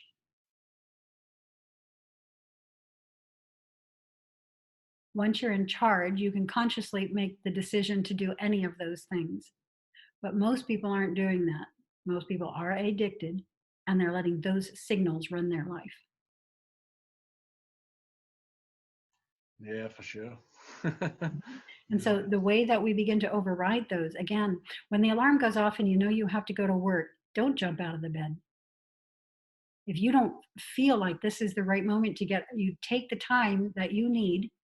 And that means even if you end up setting your alarm clock for a half an hour before it is that you really have to get up, and begin to go through this, where you have this period in the morning where you're actively feeling,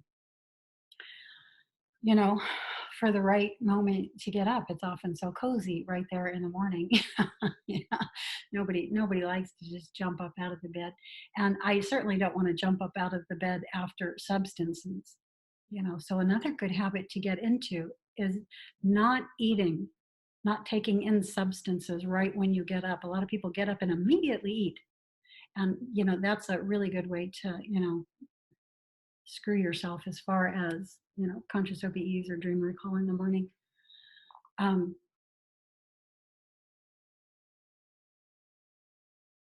Through the majority of my life, I just have no appetite in the morning.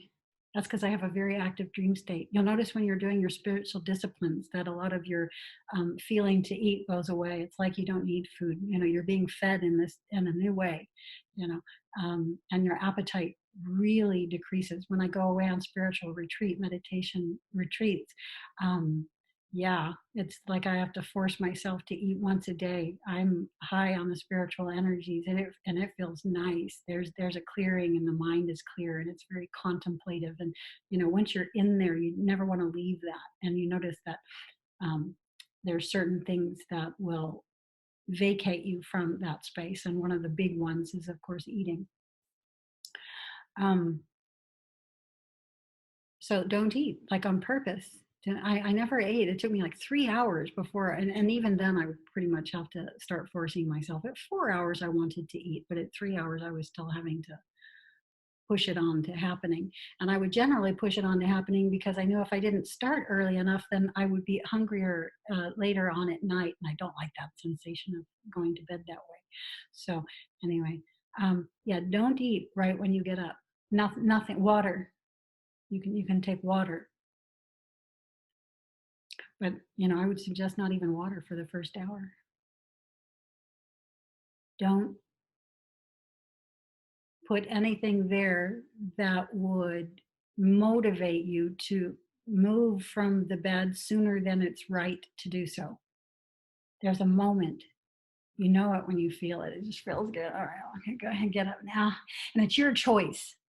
It's your choice. Yeah, I'm gonna get up. It feels good. It feels, this feels right. You can feel it's sunny, and you feel like you want to move the body, going down onto the yoga mat and doing a little stretching, is nice, and have a little meditation, just in an upright sitting position, which is very different than laying down, and just start the day real slow.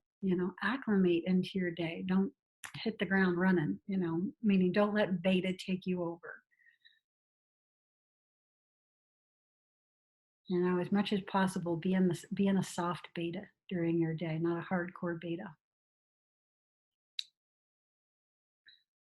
And even better, gamma. Right? And the way to hit that gamma is to not hit the ground running. That's you being in charge and moving from the feeling, yeah, this is what I'm going to do right now. This is, what feels right. This is where we're going. You're doing things consciously and on purpose and, that are beneficial to you and all of that. Beneficial to the body. Beneficial to the others that are around you, that are going to have to deal with you all day. All of that. The plants, your animals, the day itself. Walk outside, get a little outdoor action going on. Scrunch your feet into the earth.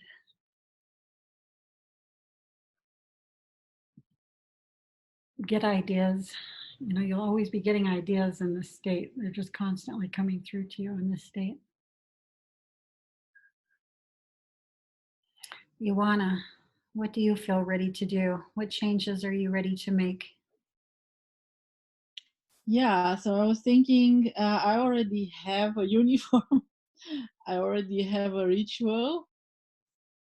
What I might be able to do and want to do is to reload the food, the no food before, like 4 hours before I go to sleep, and I already eat once a day like you, and I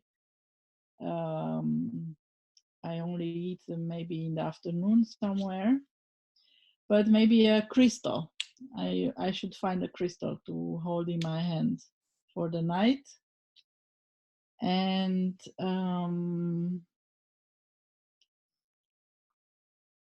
because I already wake up without an alarm clock for 20 years. So if I put it in my mind to wake up, then I wake up. I don't need to hear the alarm. Good. Yeah, so probably also move more in earlier in the night. But so, for example, as a practice, I don't think that 12 o'clock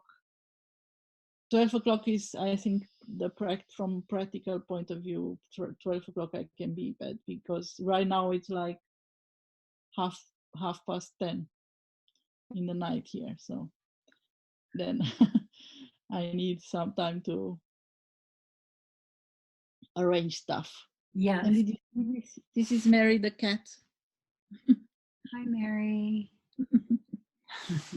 Mary's a weak cat. Okay, so you also are going to not attempt, but you are going to set a pattern of being in bed and going in at midnight.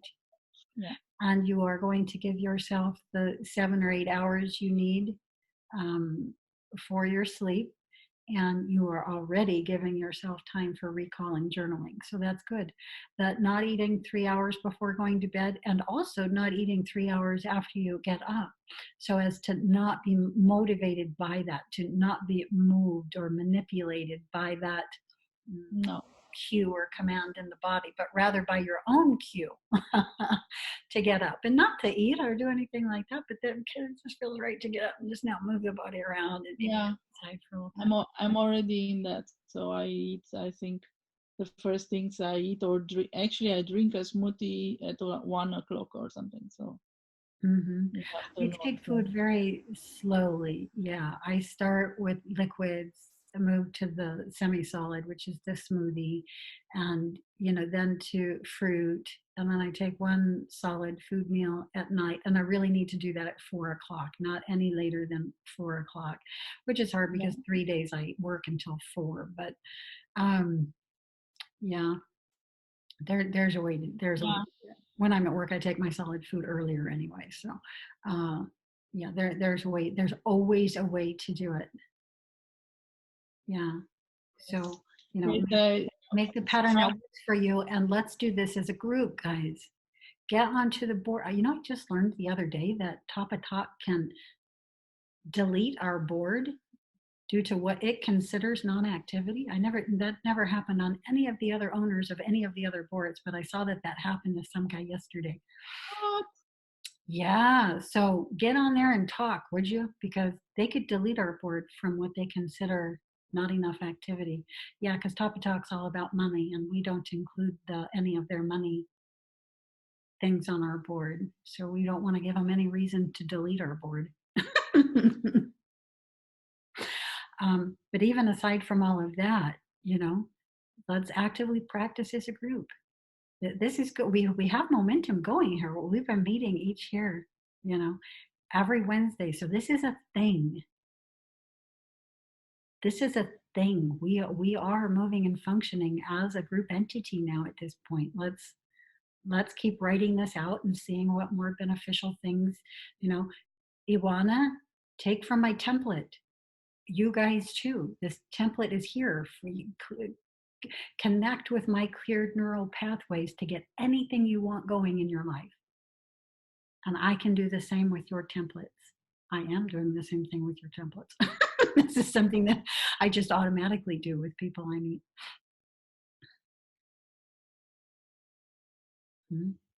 So on the board. Yeah, I want to know more about that. So let's talk about that next time. Okay. Oh yeah, connecting with cleared neural pathways. That would be a fascinating talk. Yeah. Now you're hitting my interest. Now I'm excited. Remember to bring that one because my brain is so full I might not. But then on the boards, yeah, let's practice as the group in our group practice thread, and we might want to start some others. If you go down into where it says Galactic Travel Channel Services, you'll see the select section for mentoring. Go into that and start your own thread. And that's where you're going to document these changes that you're making so that I can post there and be of encouragement to you and keep asking how you're doing and, you know, making sure that you're reporting and, you know, keeping you on track. If you're serious, I'm serious.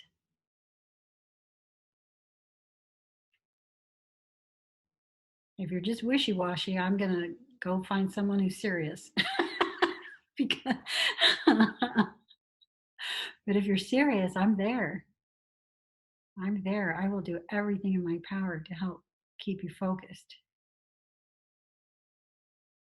and to keep new experiences happening and happening at a rate at which your central nervous system can handle, and that is enlightening to your mind.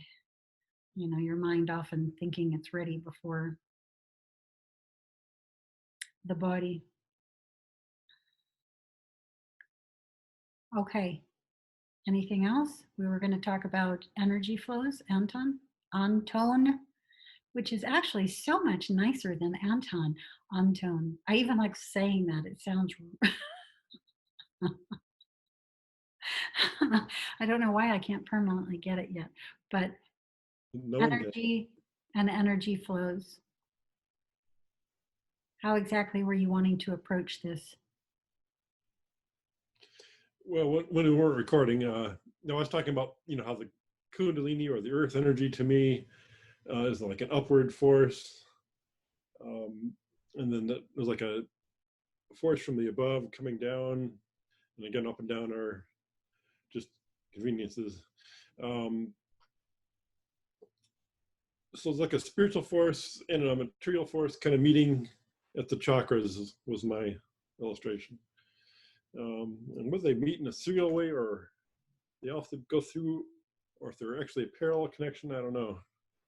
But it seems to me that the main flow of the chakras is those two forces coming together at those points. And we could just say the conscious person or point grows, ascends, goes up, out, you know, into the wider spaces, into galactic, universal, and cosmic territories. And the cosmos, the universe, and galactic coming in to the physical. Those are the two movements. They happen co-simultaneously. They are conjoint. There is no one that happens without the other. So the point is, a lot of people think that in the Kundalini and that activity, the point is to be solidly here in physical space, where this is not quite it. That's the focus of the higher energies coming in and through to the physical space. But our own conscious self, our own person, experiences that as well as going out into, again, what is new for it. And at a certain point, all of this can be held simultaneously. But not from the beginning. You have to grow to be able to hold that in the conscious state of awareness. And that takes practice, that takes discipline. That takes first being willing and able to go up and out, so to speak, which is why we are here talking about the conscious OBE, conscious ascension, the conscious shift. So what are these energies? You talk about the Kundalini energies going up and down. And what's the difference between that and the energies I get coming into my forehead and my hands and my feet? What's the difference between these energetic experiences?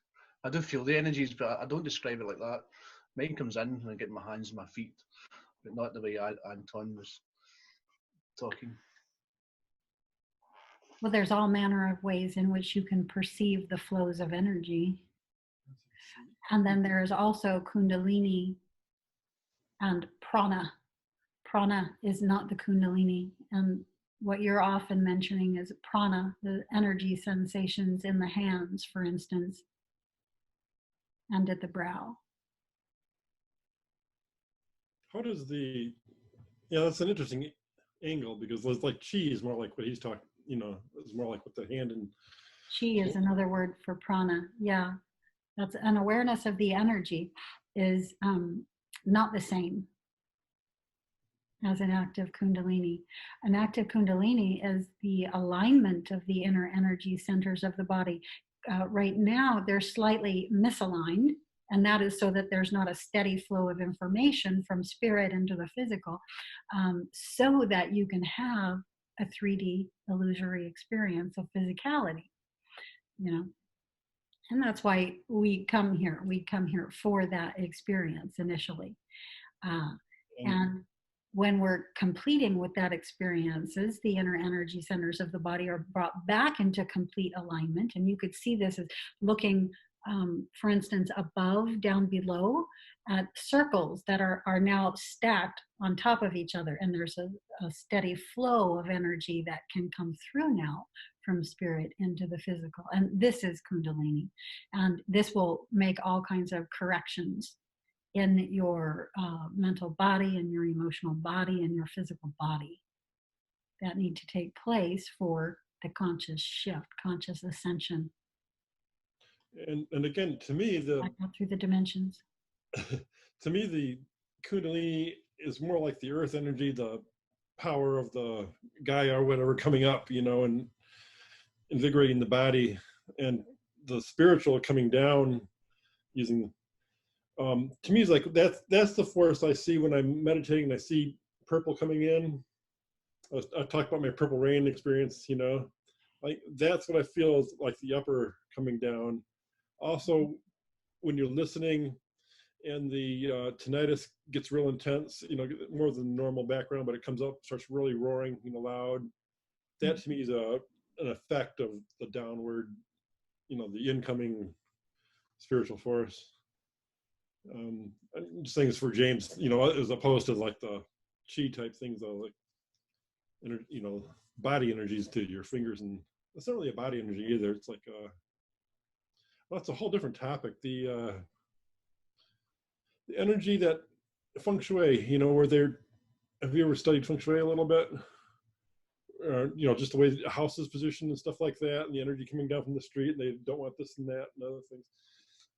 That's been on my mind lately too with the 5G, because that kind of, if you think of what feng shui says in terms of not having a house positioned a certain way and all that, well, that would all go more so with the 5G coming out, because they're sending the 5G down the streets, you know, the open spaces.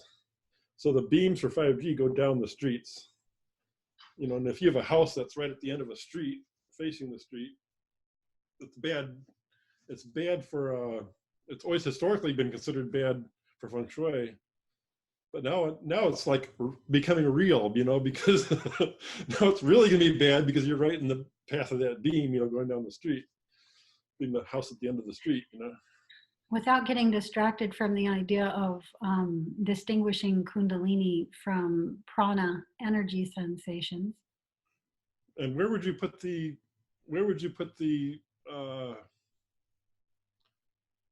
chi type energy, like he's talking about through the hands, and where would, does that relate more to the Kundalini or the upward, or is it something totally different? Both. It's kind of, I think it's something kind of different. Both. Prana is just simply awareness of your energy body. You have an energy body. When you bring awareness into your energy body, you are more able to feel your energy body. James is opting to feel it most strongly in his feet, hands, and brow. If you were to stand, say feet hip width apart, arms down at your side, this would form a sort of pentagram, a star, a five-sided shape. So yeah, he's making a certain geometry in his system, which is doing something for him. But yeah, the Kundalini, again, Kundalini is not earth energy. Earth energy is earth energy. It's the personal body of the planet.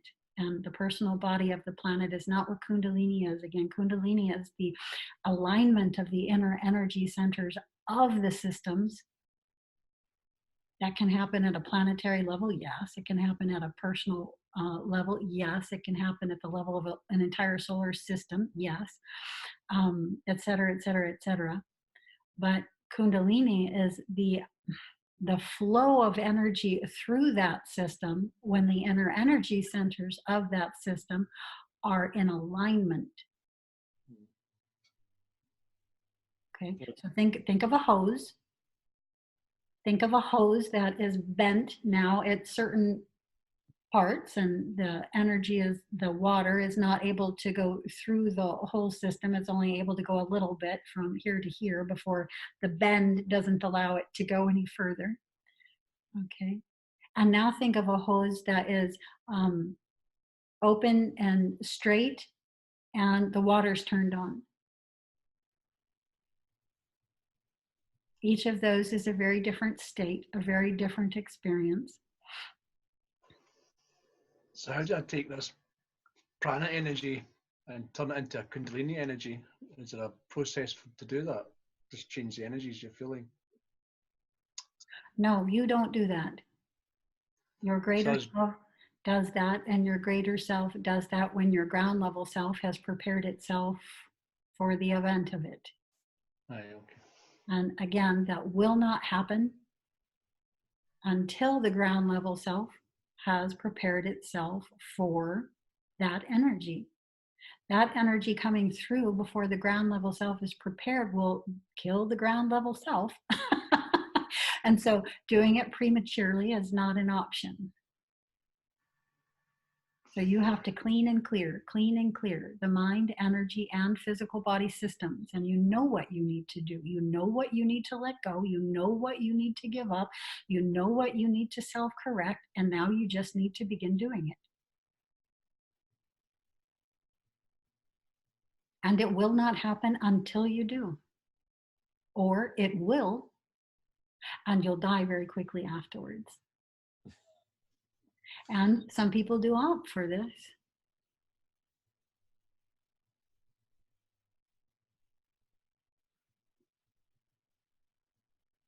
Well, I can't leave my voice behind as I would have done. I just got blasted right there. I'd have been happy. Again, think of the light bulbs. If you buy a 50-watt bulb, you can only send 50 watts through it. If you attempt to send 200 watt, if you get a lamp and it says only takes 50-watt light bulbs, if you put a 200-watt light bulb in that lamp, what happens to the lamp? Stops working. And or breaks or explodes the light bulb, one or the other. Not with the light bulbs we have now, because we have the kind that don't heat, but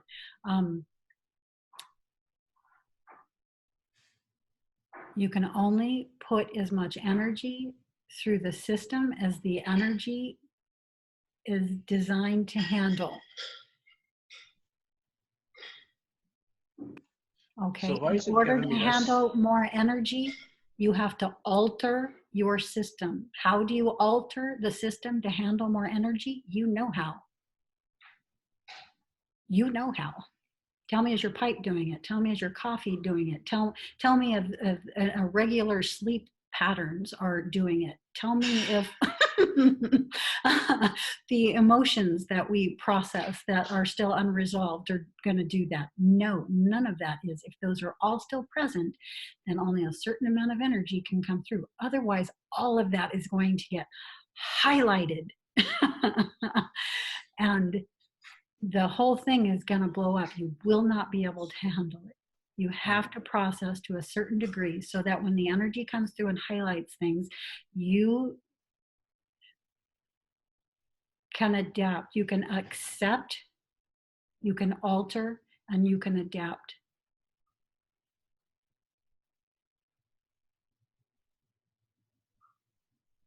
But like right now, we're not even at the level of being able to accept. You tell yourself you know what you need to do, and yet you don't accept it. You don't do it. Okay? And so the way to help bring it on is by preparing yourself for the event of it. Everything you do during your day, every choice you make, is it preparing you for that?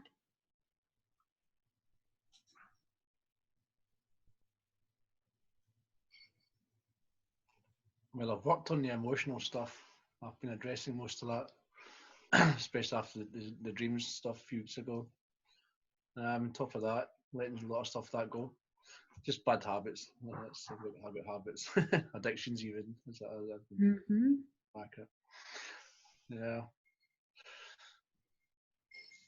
And then being serious enough about the practice, again, coming out of the closet, out of the private spectrum, into the public arena. You know you're serious about something when you start going to take a group class. I'm not just going to practice at home on my own mat by myself anymore. Maybe today, maybe not. Usually not. You know you're starting to get serious when you're going to put a little money towards it to make yourself go. And you're going to practice now as a group. You know you're getting more serious about it. And then when you're ready to go from doing that practice twice a week to doing it 5 or more times a week, now you're really getting serious. This is something that you're really interested in, you really want to do, you really want to improve that. And so when we're there, then the wheels are really beginning to turn and change is happening at a more accelerated rate. And as you change at this more accelerated rate, it brings on the alteration. It brings on the self-corrections. It sweeps out of your life what needs to be swept out, and you allow that. It sweeps into your life what is now, ripe for now, and you accept that. And begin working with those energies, those ideas, those possibilities and potentials. Are we there? Are you really wanting things to kick up? Then let's get serious.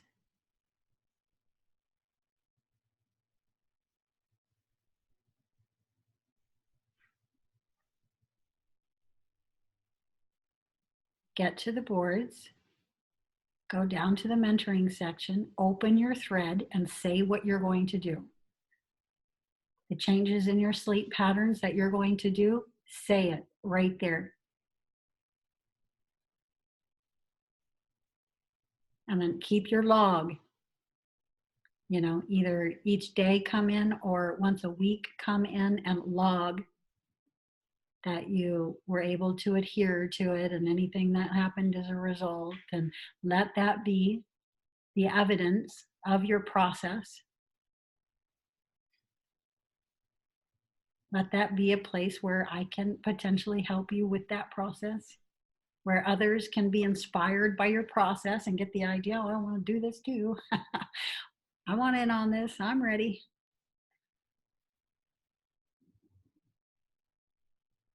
All right. I'll wait and see if you do it this week. Nobody did it last week. Are you ready? I'm here for when you are.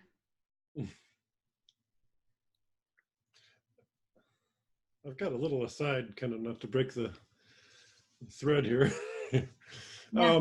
There's an OBE technique where you either make yourself bigger or smaller.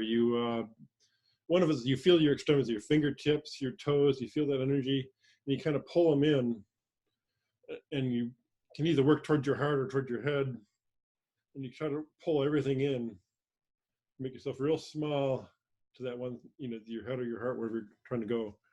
There's another technique where you make yourself taller, so your head's deliberately, hitting the wall behind you or whatever, and longer. So I guess you're just working with your body's energy field. Yeah, we call it the Alice in Wonderland effect. Uh-huh. And is there a question about that, or is that something? I'm just wondering how that relates to the energy flows, and I guess it really doesn't. It's just your personal energy flow. I guess your body image, at that point. I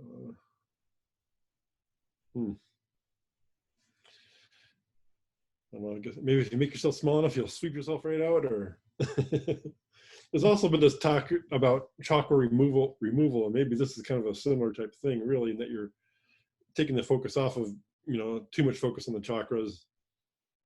Yeah, that whole idea is a little bit different from just that, and it's not something that I would recommend to you.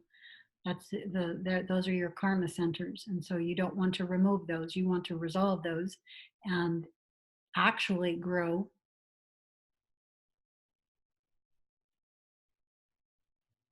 Yeah, well, the chakra removal thing is more of a mental, at least the way I've heard of people explain it. This can actually be done in the same way you can physically, surgically remove an organ. And yet, I'm going to use that as an example. Those people who are having the idea to remove their chakras. This is again removing your karma, your unresolved things. I'm going to liken this to surgically removing a part of your body rather than healing it, actually healing it. And so it is something that can be done, not that everybody can do it. It's not done in actuality so much as it is done in your own experience of yourself, and it does not lead to any growth. If I just let a part of me get sick and then just cut it out and think I've resolved anything, I'm fooling myself. Well, I think that's the whole goal of it, actually, is to fool yourself into some people get so focused on the chakras, it becomes an obstacle in itself.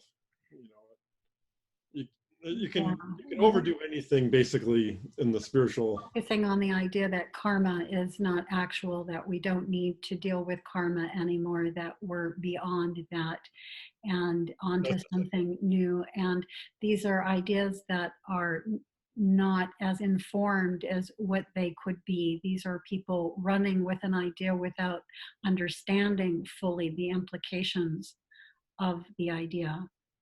And again, the mental removal of this from the remainder of your life experience is not going to result in any actual growth. Actual growth comes from combining the consciousness of the person with the consciousness of the body. The body is like the child, and bringing the child with us and not just continually killing it at the end of each life is the growth we're going after. Death as in death of the body and recycling into the 3D experience is not a graduation from that. We grow every time we come into a new experience, yes, but we don't grow out beyond that paradigm. We don't grow out beyond that grade. To do that, we have to understand the connection of this with this, the connection between consciousness and body. Understanding that there is singularity, that cutting any portion of that self off is not an actual graduation. So that'd just be like escaping. You're not actually dealing with anything. You're escaping that those parts of yourself. You're not coming to the awareness of the connection between consciousness itself and what the body is, which is a body of consciousness. There is no divide between consciousness and body. The body is a body of consciousness. It's comprised of consciousness cells.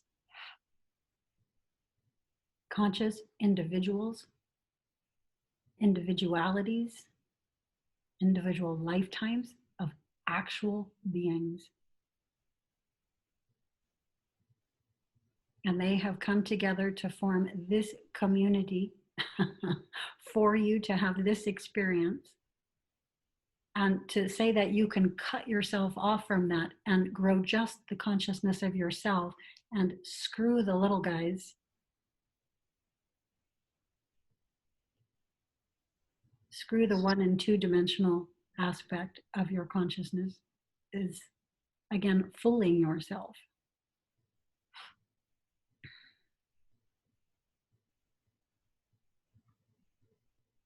It is a singularity. So that's not an OBE technique, it's something else. It is your whole self. It is an OBE technique. Because there would be no more rapid way to, that is a colloquial term, out of body experience. That just means we're in an experience outside of our more mundane physical environment.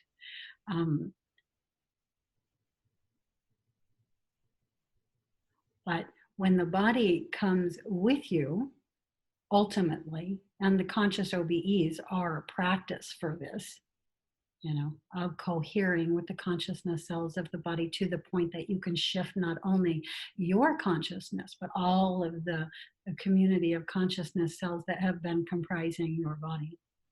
Literally your life experience here and elsewhere. Bringing all of them with you. The body isn't what we think it is. It's not meat.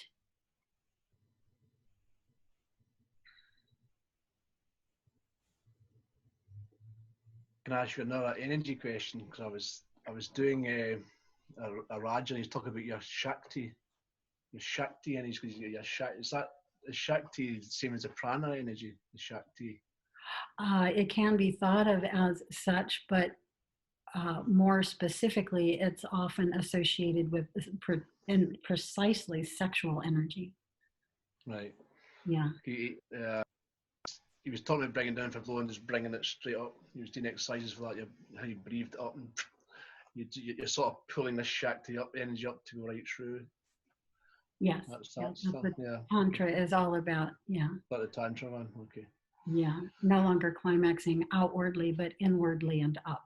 Yes. Redirecting the flow. So what's the difference between that and what I get? What's is it a similar energy? Is that, or is this just a different? Is it a similar energy you're working with here? Well, only you will know exactly what it is that you're experiencing and why you are experiencing it the way that you are. But the sensation itself of the energy in your hands is prana. The sensation itself of the energy at the brow is prana. It's the sensation of the movement of the energy. So what's that got to do with the chakras? So, because I get it, they would call that your third eye, your sixth chakra. Well, what's going on with that? I'm trying to still figure these chakras out, and I'm getting this thing pulsing all the time. And I was talking about your third eye and this, that, next thing. I'm like, okay. Yeah. So I'm just trying to see what do I do with this energy, this star energy I've got? That's why we can call it star energy or something. What the hell do I do with it? Write down that question. Write down that question. And that's a good question to take into your dream state tonight. Because it's right here. It's in your awareness. It's on your mind. Yeah. So write that down as your question going in tonight. And as you lay down, inwardly ask the question. You're asking your greater self. You're directing it in.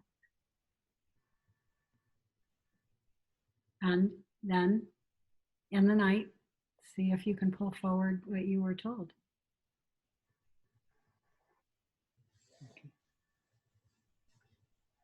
So am I able to take back in? Am I able to actually push that up and down my other chakras? Can I focus on actually shifting that energy? Is that something I could do? Is that a no at this time? You can do absolutely anything with it that you want to. Yeah. Like a ball. Can I juggle it? Yeah. Can I throw it to you and you throw it back? Yeah. You can do anything you want with it.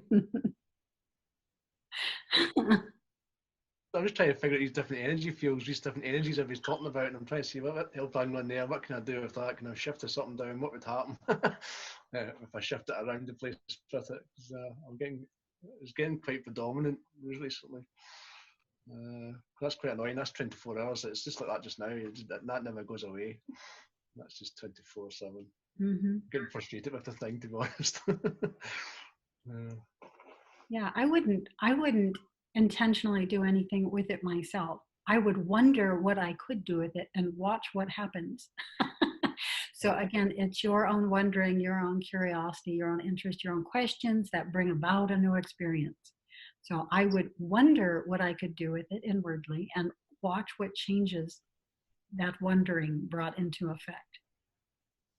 Because again, I'm going to be told, shown, and I can observe that. So I can say to it, like, okay, show me what you can do, and just kind of ask it to show me physically. Or I would just wonder. Just wonder what. And I would be aware of the fact I'm wondering, what do I do with that? I wonder. Like, let your mind be in a state of wonder. I wonder what. And you don't want to answer it. You just want to be in that state of wondering, in that open awareness. Yeah, you want to open up your listening and see what begins to happen in the new opening. And then document, because you don't want to forget, and different things will happen.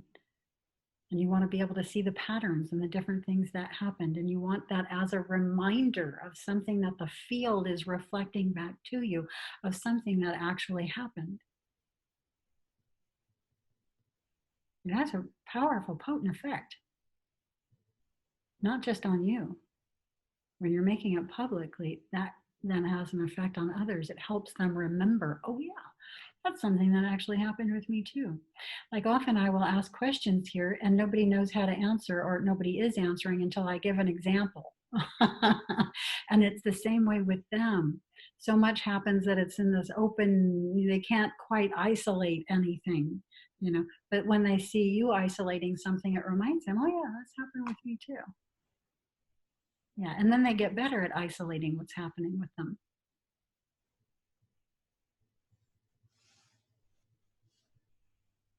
Yeah, because that's the right time. And need to do something with it. 'Cause it's just, We don't want to just help ourselves. This isn't Yeah. a time for that. We want to help everybody. And everybody out here is, again, who? A reflection of the consciousness cells here. Isn't that just mind-blowing? We're all right here, and they're being reflected out here as people.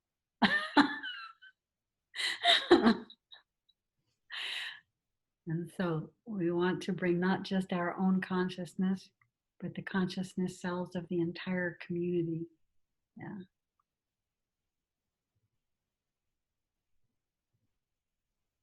Not just ourselves, but literally the whole field, the whole world.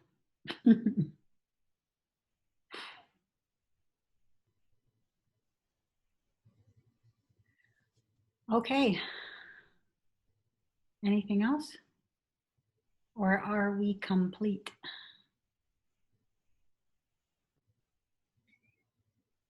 Okay, good. I look forward to seeing your threads on the board and the changes that you're going to invoke.